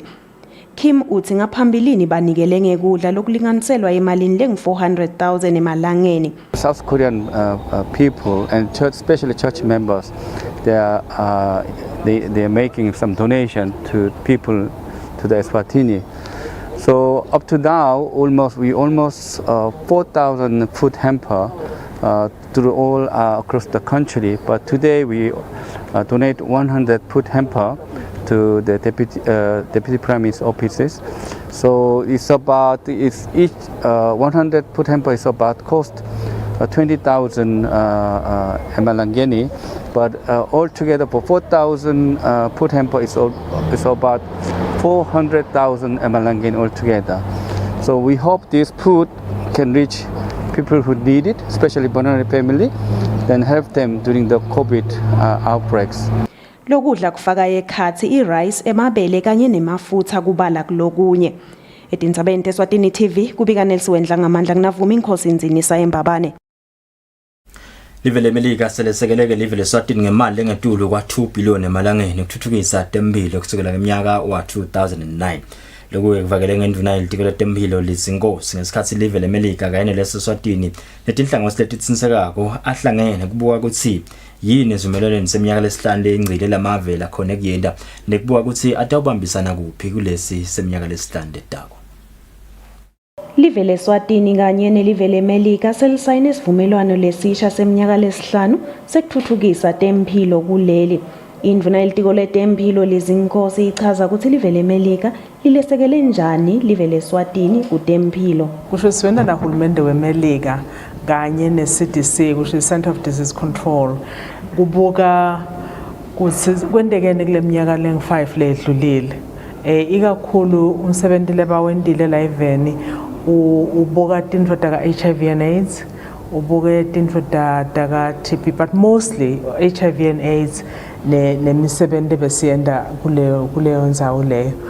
Basupportile kakhulu nasibuka kusukelelela saqala khona na uhulumende weMelika kubuka letivumelwano besidenda kusukela nga 2009 kuze kube ngilamuhla sebaspende about 370 million US dollars kusho kusilanga ke sesi over 2 billion kusupporta nje live la kangwane ukuthi si manage si control iHIV and AIDS. Mbasata welive leMelika Jean Malone uthi lokunye labakwendile ngekusebenzisana nenhlangano yakaphefa kanye neCenter for Disease Control kwehlisa tinombolo tebamfana labatalwa neligciwane leHIV kuleli nanoma kungasiyo inombolo lebajabulisako.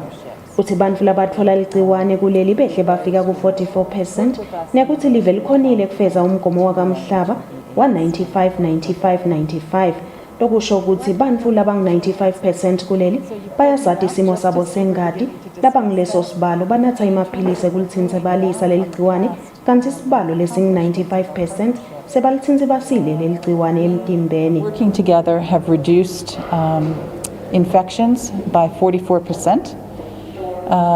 The country, one of only 2 in the world, has achieved the UN AIDS goal of 95. There are fewer children being born with HIV/AIDS. It's not enough, though. Induna ithi uhulumende wakuleli utimisele ukuthi tempilo tichubeke tibe sezingeni lelifanele. Etindzabeni Eswatini TV kubika Nelsiwendla ngamandla kunamuzi Mkhonda eMbabane. Nduna itempilo lizinkosi ithi ke noma imidlavuza liyahlukene ibonakala yanza kuleli kepha ke live liyathuthuka ngetinhlelo tekupopola kwelapha kanye nekucwaninga lesifo. Izona bekhuluma ke emhlanganweni kwatisa emalungu eParliament kabanti ngamdlavuza lapha eveni mhlangano ubanjelwe ke yalesibane esulwini. Beluphiko lolubuka isifo samdlavuza lapha eveni baqale ngekufundzisa emalunga eParliament kabanti ngemidlavuza leyahlukene lebonakala kuleSwatini kanti bachazile ukuthi umdlavuza wemlomo wesibeletho kubomake noma tikhona tindlela tekuvikela kepha ubonakala wanza impela. Induna ilitiko letempilo lizinkosi ithi leSwatini liyathuthuka impela etinhlelweni tekupopolwa. Induna ilitiko letempilo lizinkosi ithi leSwatini liyathuthuka impela etinhlelweni tekupopola nekwelapha lesifo njengoba sebakhona bodokotela lababili bamdlavuza munye lobuya eveni leCuba nalomunye lobuya eveni leTaiwan. Induna ithi kuyatfokotisa kubona leSwatini lindlondlobala eqiniseni itinhlelo tekulwa nalesifo. Anesibhedlela sinabodokotela labaye bacwaninge letinto lesithatha la emtimbeni siyobona ukuthi yini tifo letile banato siphinze sathola wesibili kulabo bodokotela lokwende ukuthi kulomsebenzi lebawendako abebekisa nje ukuthi umsebenzi sohamba kakhulu kangakanani kusikadzeni wawuthathwa ukuthi hey nasi sigadla sithathwe siyocheckwa kusaphele bo 10 months kodwa ngalendlela sesisebenza ngayo nyalo lele tinkulu tigadla sekuthatha bo 10 days ngaloku sesinale tinto tokucwaninga nekuthi lele tincane hawu sekuthatha nje emalangana lamathathu so uyeva masinyane ukuthi umephi. Ilunga lePhalamende lenkundla yaseKhubutha leliphinze libe ngusihlalo welikomiti lelibuke kusebenta kwelitiko letempilo Mlamuli Mabuza ubute belitiko letempilo ukuthi engabe banato inhlelo tekwenabisa lusito loliphethelene nalesifo kuthi liye ufika emimangweni yemakhaya. In the near future, do we have plans maybe ukuthi singaya in the rural areas? Because now kuba lama costs umphana lo suka eKhubutha noma umake lo suka eKhubutha uta la enangizaneni esibhedlela eMbabane uspenda plus minus 150 a day for the transport cost. Does the minister have a plan ukuthi maybe siye na regular rural hospital kube khona facility maybe shiselweni? Indvuna ichazile ukuthi ilitiko layo linesifiso lesikhulu sekuletha ihlelo lokwelapha lesifo lolwatiwa ngele radiation etibhedlela takuleli kude kutowehla nelinani lebantu labelashelwa lesifo eveni labo makhelwane eNingizimu Afrika kubika Hlengwe Ndlovu nambonga Dube esezulwini. Litiko letempilo selethule ngalokusemthethweni umkhankaso wekuma nebantu abaneligciwane le-HIV. Lomkhankaso usinyiswe ngumcondzisi wetempilo Dr. Vus Makagula.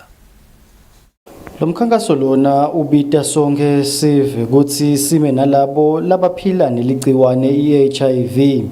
Inhloso yalokhu ukuthi kucedwe kucwaywa kwabantu labanaleli gciwane. But lesi kunothesile ukuthi naso sikanakaheza kukhona lokwehla abantu labo thatha lama-drugs. And nangabe South Africa sesibuyela emuva sekuba inkinga ngiko-ke mende nama-partners akhe uqhamuka naloku lesitokulontsha namhlanje sikubithe ngokuthi ngiyema ngihlobo tami nabantu engisebenza nabo wonke umuntu lophethwe i-HIV sesasime seleshoka ukuthi siyalilungisa. Lomkhankaso wesekelwa nangulabo lababuke tindzaba talelgciwane lapha eveni i-National Emergency Response Council on HIV and AIDS. Lokufika ngesikhathi simgcoka lapho sibona khona ukuthi bantu labaningi abadi kahle futhi siba namibuzo zayitfolako njalo nje ukuthi umuntu ubuta ngaleliphilisi lelo umuntu uhlaba la angadi ukuthi kusho ukuthini lokho. So siyabonga nje kakhulu etikweni letempilo ukuthi usukuma lo mkhankaso and sinengikholelwa ukuthi lo mkhankaso lo utawusita ukuthi vele ngeminyaka wa 2030 sibe sesicede nya indzaba ye-HIV. Inhlangano yemamelika lesekela hulumende ngetimali tekulwa nekwanza kwaleli gciwane iPEPFAR bathi leSwatini linako konke kwekulwa naleli gciwane. We have treatment that is effective and prevents transmission and keeps a person healthy. We have PrEP to prevent people who are HIV negative, who are at risk of developing HIV. We have everything we need. We need to continue to work on the stigma that persists in communities, that stops people from being able to disclose their status, to be comfortable to test, to be on treatment. Bantu labasha labaphila naleli gciwane balapha eveni babonge uhulumende ngekubasekela kusukela kwavela lokugula. On behalf of people living with HIV and women living with HIV in the country and HYW, would love to say to stakeholders that are present here, the Ministry of Health, the government, that we support the campaign that is here, where we say hashtag I stand. Like we are committing to ensuring that young people, adolescent girls and young men continue in staying into treatment. Etindzabeni teSwatini TV kubika Themnkosi Mavimbela eMbabane. Induna yetinkundla David Ngamphalala ehlangene nemalunga enkundla kanye netinduna temcuba temphakasi lengephansi kwenkundla yasesithobelweni lapho bebabukisana khona ukuthi bangabambisana njani kude kume kushiswa kwetakhiwo kakhulu kade tinkundla lokuchubekako noma ke tinkundleni efakhathi yona yasesithobelweni. Ngalesine enkundleni yasesithobelweni indvuna yelitiko letinkundla David Ncamphalala bexoxisana nemalunga enkundla bantfu labasha kanye netindvuna temcuba emphakathi lengaphansi kwalenkundla. Indvuna ithi lokukhulumisana kubasite kakhulu njengoba bakhonile kuva imivo lehlukene lengasita kulesimo live lelikuso. Sinike sona lesive ake kukhulume sona ukuthi sibona ukuthi lo monakalo lona singabambisana njani kuze siphume kule nkinga lesikuwo. Sibonga ke bekunene ukuthi leti khulumi leti khona tonke tinemuvo lehlukene njengoba bayithintile indaba ema-petition siyayiphendula nayo njengoba ngilosiphendulana nabo. Lokujabulisako kunalabanye labasha labanemqondo lemihle yokuthi singaphuma njani kule nkinga lena yokushisa kwaleta khota hulumende. Lesethemba nje ukuthi sathi sihamba la namuhla esithobelweni sibe sicale kwakha ikomite lefaka bona abantu labasha naletikhulumi letikhulumile la nelunga leParliament ukuthi baphume bakhe ikomite lokutawukhulunyiswana ngoba indaba yethu sonke lebekunena akusikuthi sikhomba inkangala embili letakhiwo letilimalako dalesive letakhiwo letilimalako letiyawusita nalomunye wakusasa akusiwo nje ukuthi itakhiwo lesita namuhla. Labe bakulomhlangano bathi nalitiko lingayithatha lemivo bayisebende banelithemba lekuthi kungaba nekuthula eveni. Kungakhonakala ukuthi bantu bachubeke baphile mhlambe nalo monakalo lesiubona ungehla nangaba khona lokuncane lokulungako. Cha sizingosi yami siyasitakala ngokubuka kwami ngenxa yesimo lesisiphila kuso kulamalanga siyasitakala kakhulu. Indvuna icele ukuthi kube bede lobonakala aya enkundleni kungahlwa nanoma ngabe loyo muntu ayogalela imfuyo kulandzela lo msindvo losesekhona eveni. Inkundla yasesithobelweni ingilenye yetinkundla letishisiwe eveni.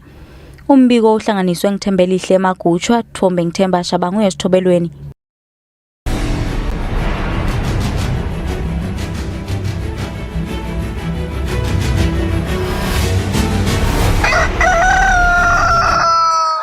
Kanzike kutemidlalo mabharane wenhlangano yemidlalo yecricket kuleli mandla Dlamini usike likhithelo lesive labababe litilo longa ngekudimisela kulungiselela imidlalo ye-ICC T20 letawo banjelwa ke eveni le Rwanda.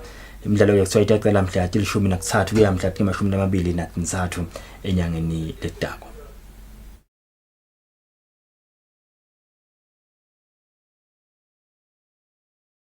Lenhlangano lengamele kudlalisa ibhola kuleli ngene kulesivumelana kanye nenkampani yahulumende lebokete kuvakasha kuleli lesihloso sayo lesikhulu ukuthi ikhangise kabanti ngelive la Eswatini kulamanye mafi kakhulu lapho khona live lisuke liyongenela imidlalo yebhola noma ke linemacemba kulamanye mafi kuleli.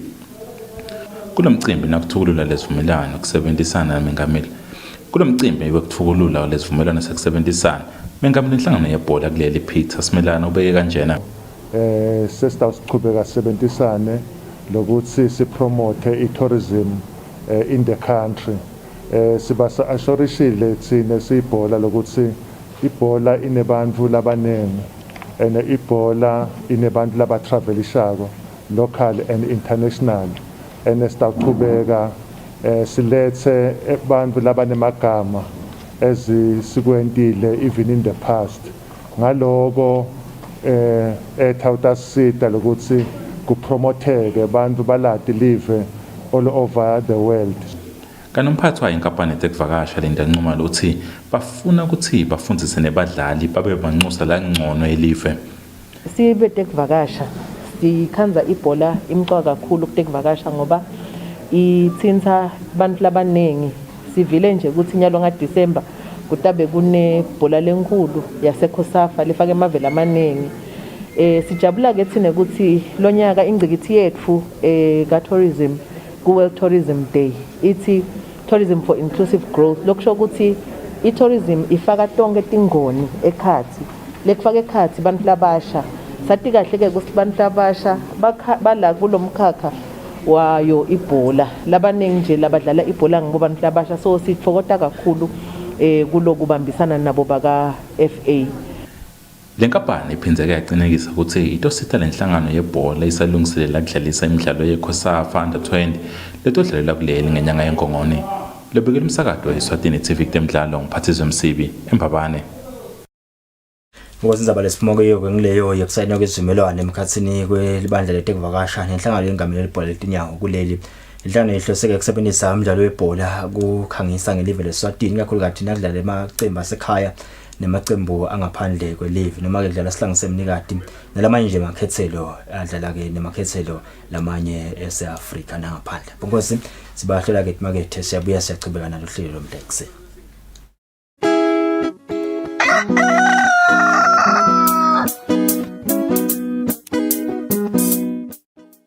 There's no price like the Shoprite price, which means you'll get low prices on everything you need, like 750 grams Sunny mayonnaise and 400 grams Sunny pilchards, chili or tomato, both for only 35 mlangeni, and a 2-liter bottle of Right brand cola, just $7.99. The Shoprite price, the price you can trust, always.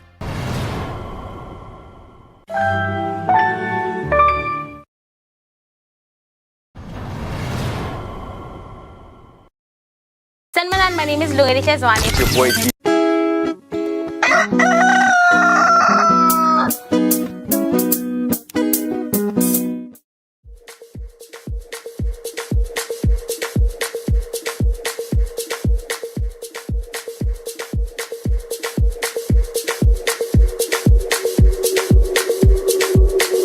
Ngikhumbula leli langa ngikusoma ngabona Maduba lamabili abakholwa mangbatshela sitotshola babona sophumela winekseni.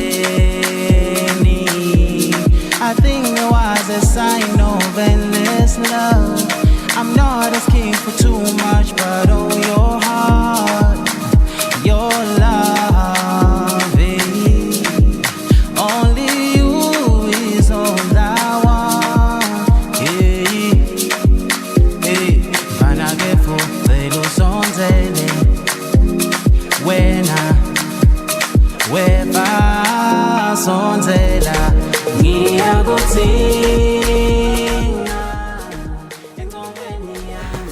Alright, welcome back Mbegeli. That was Doti Doti from our artist today, Kenny Deep. He's a house singer and songwriter. And Jabo Atuguti, as a norm, on Fridays on our show, we have an artist, a local artist, spoken with banding a music career. Yeah, but today we have our artist, Kenny Deep. Good morning and welcome to the show. I said Kusile, Kenny Deep. I suppose Kona Kamala Kumbamba, one Kamala which I don't really like. Lindo Gushamkonda. How? It sounds like Kamala. I know Lindo Gusham. Even as we for Joseph, Abraham. Something like that. So, no. What does Kenny Dip mean? Kenny Dip, I actually got that name from a friend. He loved listening to my music a lot. Okay. And he said, you know what, when I listen to your music, I feel like I'm taking a drug because I want to get more and more and more. So he said, your music is like cannabis. So cannabis is actually weed. Okay. So and then with time, he was like, you know what, I think I'll call you Kenny. Okay. And then the deep is just like, you know, the drug is deep. Okay. You know, something like that. Alright, so tell us more about Kenny. Usuka Gupi Kenny. Solo wendani all these years uqalenini kuba on the entertainment industry, the music industry. Ungena kanjani futhi? I'm actually from Kava, in the whole region. I was raised by my grandmother, and yeah, I started doing music in 2012. Because my story is not a typical story like any other musician. Like, I started doing music when I was 5 years old. I used to have a guitar, I used to play whatever. Not mine is not like that. I started doing music in 2012, and I was recruited by Onassis Clean, you know, because they were like a hip-hop group, and I was like, yo bro, can you come through and sing for us? I couldn't even write a song back then. So like I got into the group and I sang like a few songs. They really loved my voice, and with time I was like, you know what, this is actually something that I can do. Okay. Like I never thought of myself as a lawyer or as like a teacher or something like that, and I had no idea what I was going to be in the near future. But as I got into the entertainment industry, I was like, yo, this is something that I can really do because I love singing. Okay, so you've always loved house music or no manje.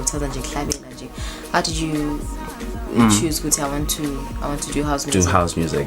I think Eswatini is saturated by hip hop, Afro pop, and all that. So when I got into the entertainment industry, I felt like, you know, I should do something different because all these other genres, they're already like they. So if I come up with something different, I think that would be nice. We'll close the gap. Okay. Yeah, so I decided to do deep house, Afro house, something like that. And really people they appreciated my music and the reception was really great. Okay. So you also write your songs? Yeah, I'm a singer-songwriter. Okay. Yeah, but it was hard to get there because at first I couldn't even write like one line. You know, but with time. What happened? I think it's the passion that I have for music. You know, because I would freestyle most of the time, you know, just to get a hang of it. And I would write, like, you know, silly lines like, I need you, I gotta kiss you, you see, something like that, just to get the hang of it. But with time, I really got really good. Like, really, so really ngoma le lesicatha uyibukela nje toti ikhuluma ngani nje? The one it talks about love. I feel like I'm a lover myself. So I really believe in love, and it talks about loving a person continuously, not stopping, regardless of their flaws and everything. I feel like, you know, you should love someone. And then I noticed that producer wa Kusile ukwendele music video of some sort. Well, apparently you don't have a music video as yet. Why is that so? Because I understand ukuthi tikhona tingoma lesireleasile, yes, but why not a music video? The problem is, I feel like a music video should be an investment of some sort. So myself, I've been giving myself time with my producer to like kind of come up with the money to shoot the video as an investment so that it gives us money. So most people, they shoot videos just, you know, but for myself, I feel like I need to shoot a video and it should give me money back, you know. Okay. Yeah, so I feel like I should really invest in it. Okay, so as you said, you started being in the music industry in 2012. Years. Yeah. So how is that going for you? Do you feel you made the right choice being in the music industry? How has it been all these years? Do you feel like you have achieved some of your goals? How has it been for you?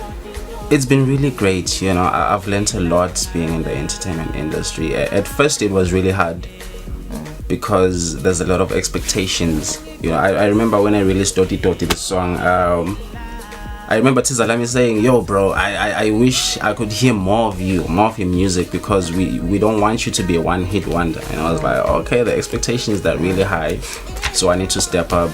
But as time went on, people really love my music, and with time I started getting shows even if I wasn't paid. You know, they told me exposure and all that. But yeah, I really got shows, and I got the pleasure to perform with the likes of Something Soweto, Fifi Cooper. Yeah, so and I was nominated twice in the last year MTN Summer Awards. So yeah, I've really achieved something. Okay, so how was that experience? You said you performed with artists from South Africa. Something Soweto is Something Soweto Siamati. Bekunjani nje, how was the feeling ukuthi nawe unaceleni kwakhe? I kept on looking at him like, yo, in the VIP. I was like, yeah. It was really great because I think for a moment there I was like, you know what, I can work with this guy. You know, he's just here. He's just a human being like me. You know, it's like it gave me like hope. Like really, it really gave me hope. And I was like, one day I'm going to work with him. I don't want to rush into things and everything. Like, but you could have used that opportunity to speak to him and say, now. I don't know. I think I just love taking my time, you know, and kind of like build like my story up and shit, and so build my story up just to kind of be respected in a way, because I feel like if you build your story up and you have like a strategy of some sort, you know, to approach someone, don't be just like, yo, listen to my music, you know, something like that. I think you need to have your strategy. Alright, you ucitha khuluma ngema nominations akho akaswama. How was that for you? Were nominated for which songs and which categories? Best Newcomer and Best House Song. Okay. Yeah, Best House Song was 2020. The song was really great because it was kind of a manifestation. Like 2020 is my year because of the things that I've achieved, you know. Even if they were small, to me they are big, you know, because I believe in God, and God puts you in a place and then he gives you something. So I appreciate, even if it's like really small, like getting my song like on the top of the charts. It's not something that I can really say for granted. I really appreciate that. So being nominated in the Summer Awards was really, I was like, okay, which means now I'm out there. People are really noticing me in a way. So I was like, okay, And that this means is really now good. you have to work harder. Yes, even extra harder. So yeah, it has been great, like really. So basically number one in ingoma yakho. Yeah, I think like my first releases, like okay, my first and second releases, they were all number one, and even my fourth. You know, so I have 3 number ones. Oh wow, okay. Yeah. Right. So ama stages nje seperform go la Eswatini mapi and akusitile nivele ukuthi mhlambe to put your music out there. Ngile exposure boyibhekile nivele ukuthi ungayithola as an artist. Yeah, I think so. At first I performed at Sibebe where there was something Soweto, and then I got booked at some guest house. There was Ayanda Boroto from Isibaya, you know, I performed for her, and I also went to Bawane Theatre Club where I performed for her again. And then yeah, and like people really noticed me and they really loved my music. And I think there was an old lady, I think she was in her late 50s, and it was like, you know what, I don't love house music, but I really love this song, which is Doti Doti. And I was like, oh, I appreciate that so much. It's like, yeah, I really love that you're doing something with your life, you know. We kind of like had a chat with her, and it was like, I wish I could do something to help you out, because I'm glad that someone young like you is doing something great, you know. And I was kind of like, that kind of inspired me in a way. Okay. I was like, even my music touches like even old people. You know? So yeah, that was the highlights of my career in a way. Okay. Yeah. So as you've mentioned, you've been to Sibebe and Bawane Theatre Club performing. So I just want to ask ukuthi siyathi ne-COVID vele affect ama sectors lamaningi as well as musicians now affectekile. Ingabe wena ikulimate kanganani nje ukuthi awusakhoni kwenda imvula etiningi noma ekusitile because now you have more time in the studio to record more songs. Affect kanganani? I think at first, like when the pandemic started, like it was hard for me to go to the studio because of the curfew and whatever that was going on. So I said I had to find a way to record my music. So I remember surfing the internet, you know, like, you know, I need to find something. I found this app, BandLab. I used to record all my ideas down there. It's like a studio in your phone. So I was like, okay. So the pandemic kind of helped me in a way to be creative and not like go to the studio and, you know, record my songs. I can record my songs in my phone. And then with time, I kind of like understood the industry but way better, because I think most artists, they just know how to sing and, you know, go to the studio to record songs. We don't know the music, the business side of music. So for myself, I was like, you know, you need to monetize your music. So I kind of like learned how to do that. And in a way, I feel like now I'm at a better place because I even had to find a job because there were no shows now, there are no shows. So I was like, you know what, I need to make money to fund my career. So I had to find a job. So right now I'm working, so I'm doing music on the side and work on the side, which is really hard to balance. Yeah. But yeah. So that the industry can open. Yeah. Yeah, I that's will. important I as will. well. All right. So speaking of Emma releases, how many songs have you released? 4, 5? 5. Album yona buka ukuthi mhlambe udayikhokha nini? I'm working on an EP right now with King Drase, who's a producer. So yeah, I think maybe before the end of December. Yeah, maybe somewhere there. End of December. Yeah, this year. maybe end of December. I'm still not sure, but yeah. Nale music video. Hi. Yeah. Now the music video, we're really working on that right now. It's just that we want to put our time onto it, like really think about it and how to raise the funds. Yeah, as you said. Okay. Yeah, to shoot the video. But yeah, we are going to shoot the video. Okay, all right, all the best, all the luck. Sibonga kakhulu kuba nathi namhla ekuseni mbukeli. Yes, besikhulumisana naye lapha, our local artist, house singer and songwriter Kenny Deep. One of his songs la Tumangato iti Doti Doti, and behamba embili emsakatweni. It has topped charts. 4 of his songs, he said, have topped charts, and he has been nominated for 2 summer awards last year. Let's take a break. Nasibuya saqhubeka nehlelo.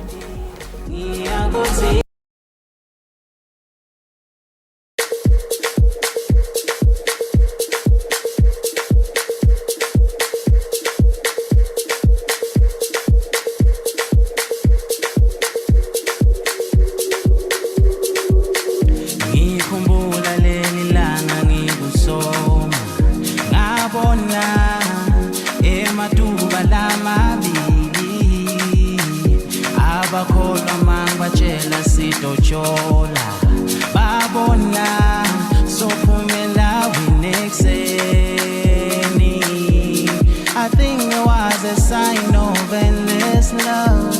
I'm not asking for too much, but oh, your heart, your love, only you is all I want. Vanagefo, velo sonzele,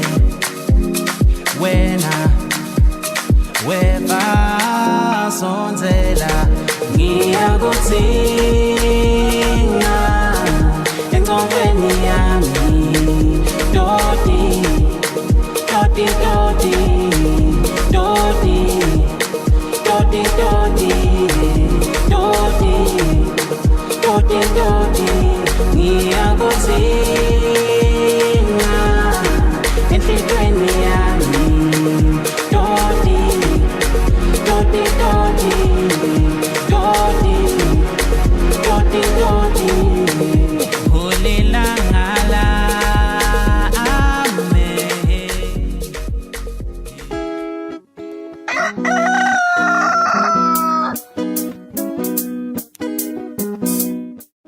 Sanmanan, my name is Eswatini. It's your boy DJ Sana, Sunday, aka BEC. Catch me and the gang on a brand new show. Amazing show. I'm so excited about first episode. Hot new show for Studio One. As you guys know, we do cover all things music and entertainment. We're going to be doing the news aspect specifically. So our news is divided into 2 segments, into international news and then local news. I'm going to be on the cozy couch, hosting all the guests that we have on the show. Thanks for joining me on the cozy couch. Your performance, how did you feel about that? I love you. Honestly, I was ecstatic, man. I'll be dealing with the hottest videos for the week. At number 1, we have Tenderness featuring Philanthropy for Love Me. We have the same thing. It's over with the both of us.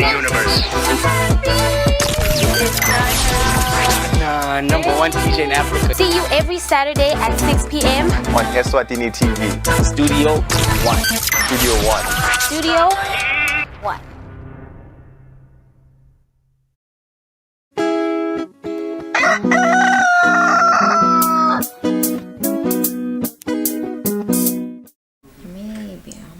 Ukuthi siyaqhubana lohlelo lomhla ekseni sifuna ukubuka letho lethamba phambili kulamanye emave emhlaba siqala ke la eAfrica even naseNamibia kuthiwa ke tishamthetho telive leNamibia debate ke motion ne genocide landzela ukuthi live leGermany lifuneke kuba ngcephetela lona live leNamibia kuthiwa ke genocide deal beyidebate ke parliament yakhona ke la live. The €1 billion deal has sparked heated discussions in Namibia's parliament over how a former colonial power should make amends. The country should receive €1.1 billion in funding as part of a compensation offer from Germany for its role in the massacre of tribal communities in the early 1900s, an agreement that has divided lawmakers. We are rejecting the agreement or the declaration because it doesn't speak to the needs of the affected communities. Known as the Forgotten Genocide, an estimated 75,000 Herero and Nama people were executed under German colonial rule between 1904 and 1908 in what is now Namibia. Last May, and after years of negotiations, the former colonial power officially acknowledged the genocide, promising to fund reconstruction projects over the next 30 years. But for the victims' descendants, that's not enough, arguing the families should be granted reparations. Some activists are calling for at least €9 billion in compensation for the atrocities. Vir die afgelope 31 jaar het die SWAPO regering meer as 1.1 biljoen Duitse mark van die Duitse regering gekry.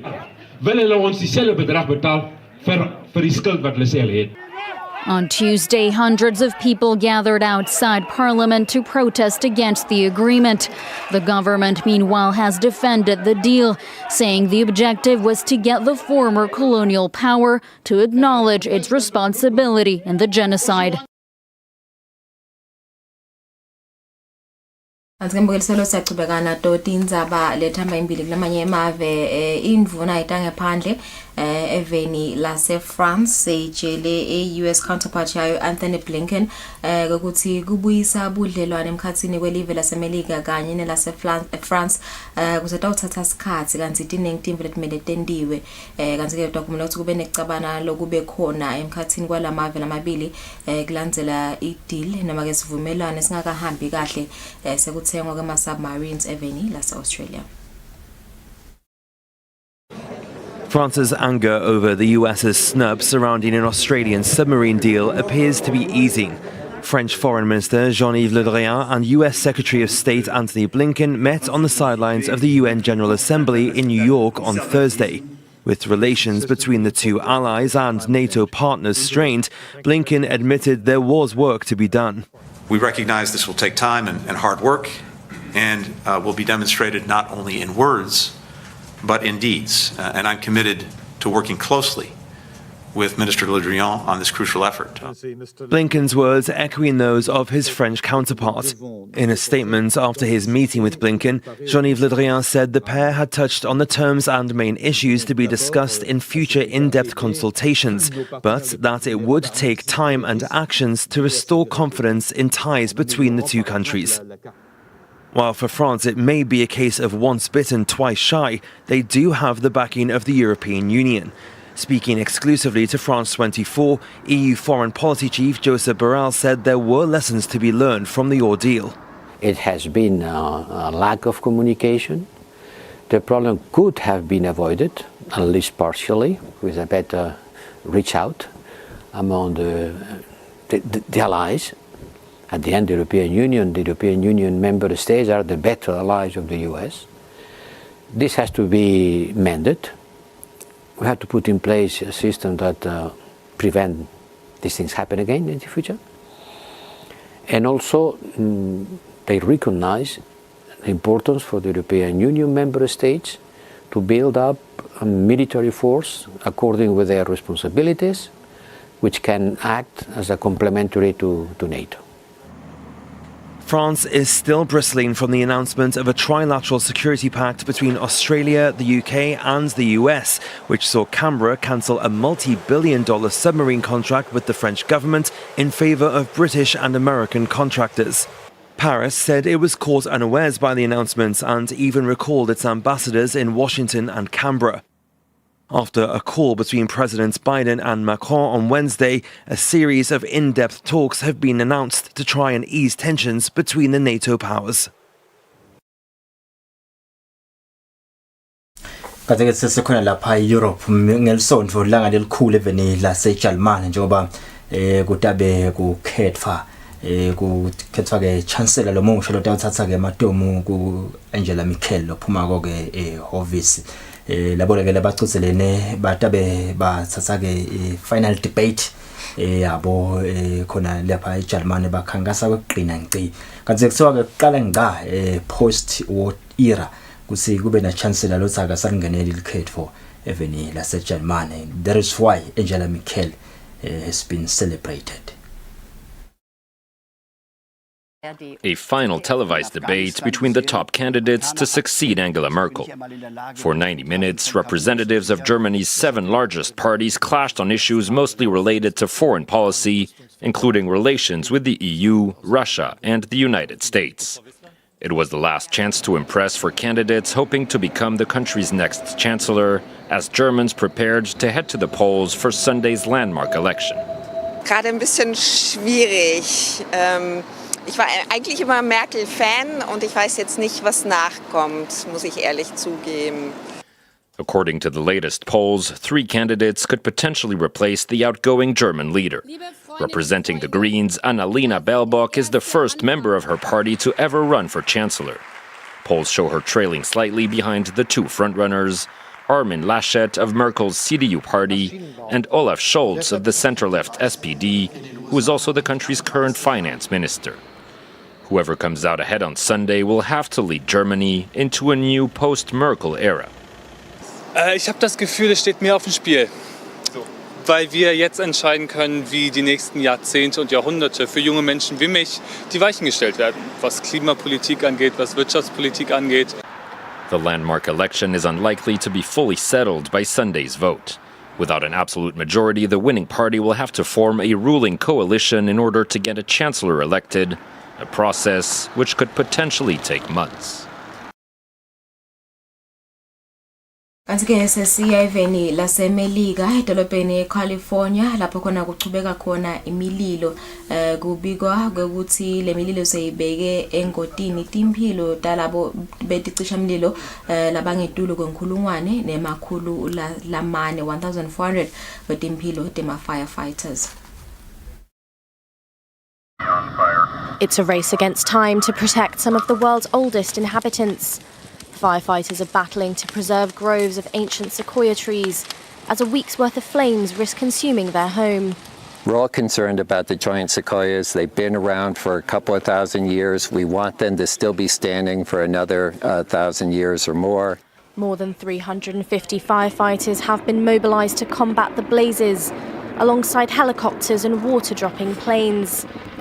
Several trees are also being wrapped in aluminium blankets for protection, including General Sherman, the world's largest tree. This ain't their first rodeo. These trees have been through many fires. You can see that on the scars that they have. So I'm confident that most of those trees will be largely unaffected by the fire.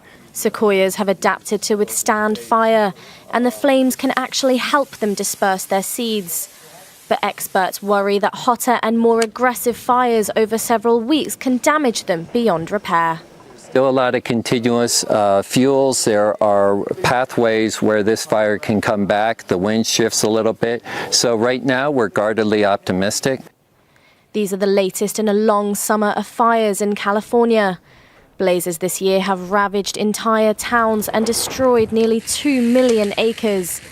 Scientists say climate change has made the West drier and hotter in the past 3 decades, which will continue to create more extreme weather and destructive wildfires. 10 of California's largest infernos have burned in the last 4 years. Wasing 2 minutes before 8 isibamba lapha kuzaba leto lethamba phambili kulamanye mave emhlaba ngilesitani ke lo mhla sebasini benje neliviki lelihle kakhulu nathokota nekuba nasilahleli kusile breakfast show Semba sinempela sondweni bongosi tabang lento. Yeah, kunenge lesikhuluma ngako kuleli viki but I highlight yagule. You're right. You're right. Yathi usihlelelekile. Uthi ufuna kuba irhino. Njani nje. Ngoba uvile la kahle ngone interview endiwe ngwe yabo single parenting uthi ayisiko mnanzi ayisimali so kukahle ukubambisana. Kukahle ukubambisana umfana ta ukhula kahle. Yeah. Akhule nelitsa hayi lokuba irhino ngoba irhino yamisisa ishi yeah shosene kwendeka nje ukuthi iphinze imisise lo mphana ngoba phela yathi yabo ngikuthi ningabe irhino please so akho ngivukele kwa nathi lo mhla ekseni the whole week nje sibonga kakhulu ukuthi nivuka nathi konkomputer futhi ukuthi kusile breakfast yatfolakala ka YouTube so you can watch anytime usibukele noma nini. Sembe impela sonto itaba mnansi bongosini phepheke futhi labo labangakajovi bahambe bathole kona umjovo weCovid-19 nje le indzawo tekujova tisisaka even lonke leSwatini kanti labasanza umdlalo webhola letinyawo ayadlala emacembu aseNgilandi la ngenda kusasa nangelisonto badlala boManchester Orlando Pirates dlala neSundowns angikhohlele kubuka labalabanye usibadlala nani yabo lapha Kaizer Chiefs ngibadla badlala and futhi mbukeli Sunday Spotlight siyachubeka siyadlala khona la Eswatini TV ngensimbi yesihlanu entsambama so make sure you watch. Sale kahle, have a great weekend.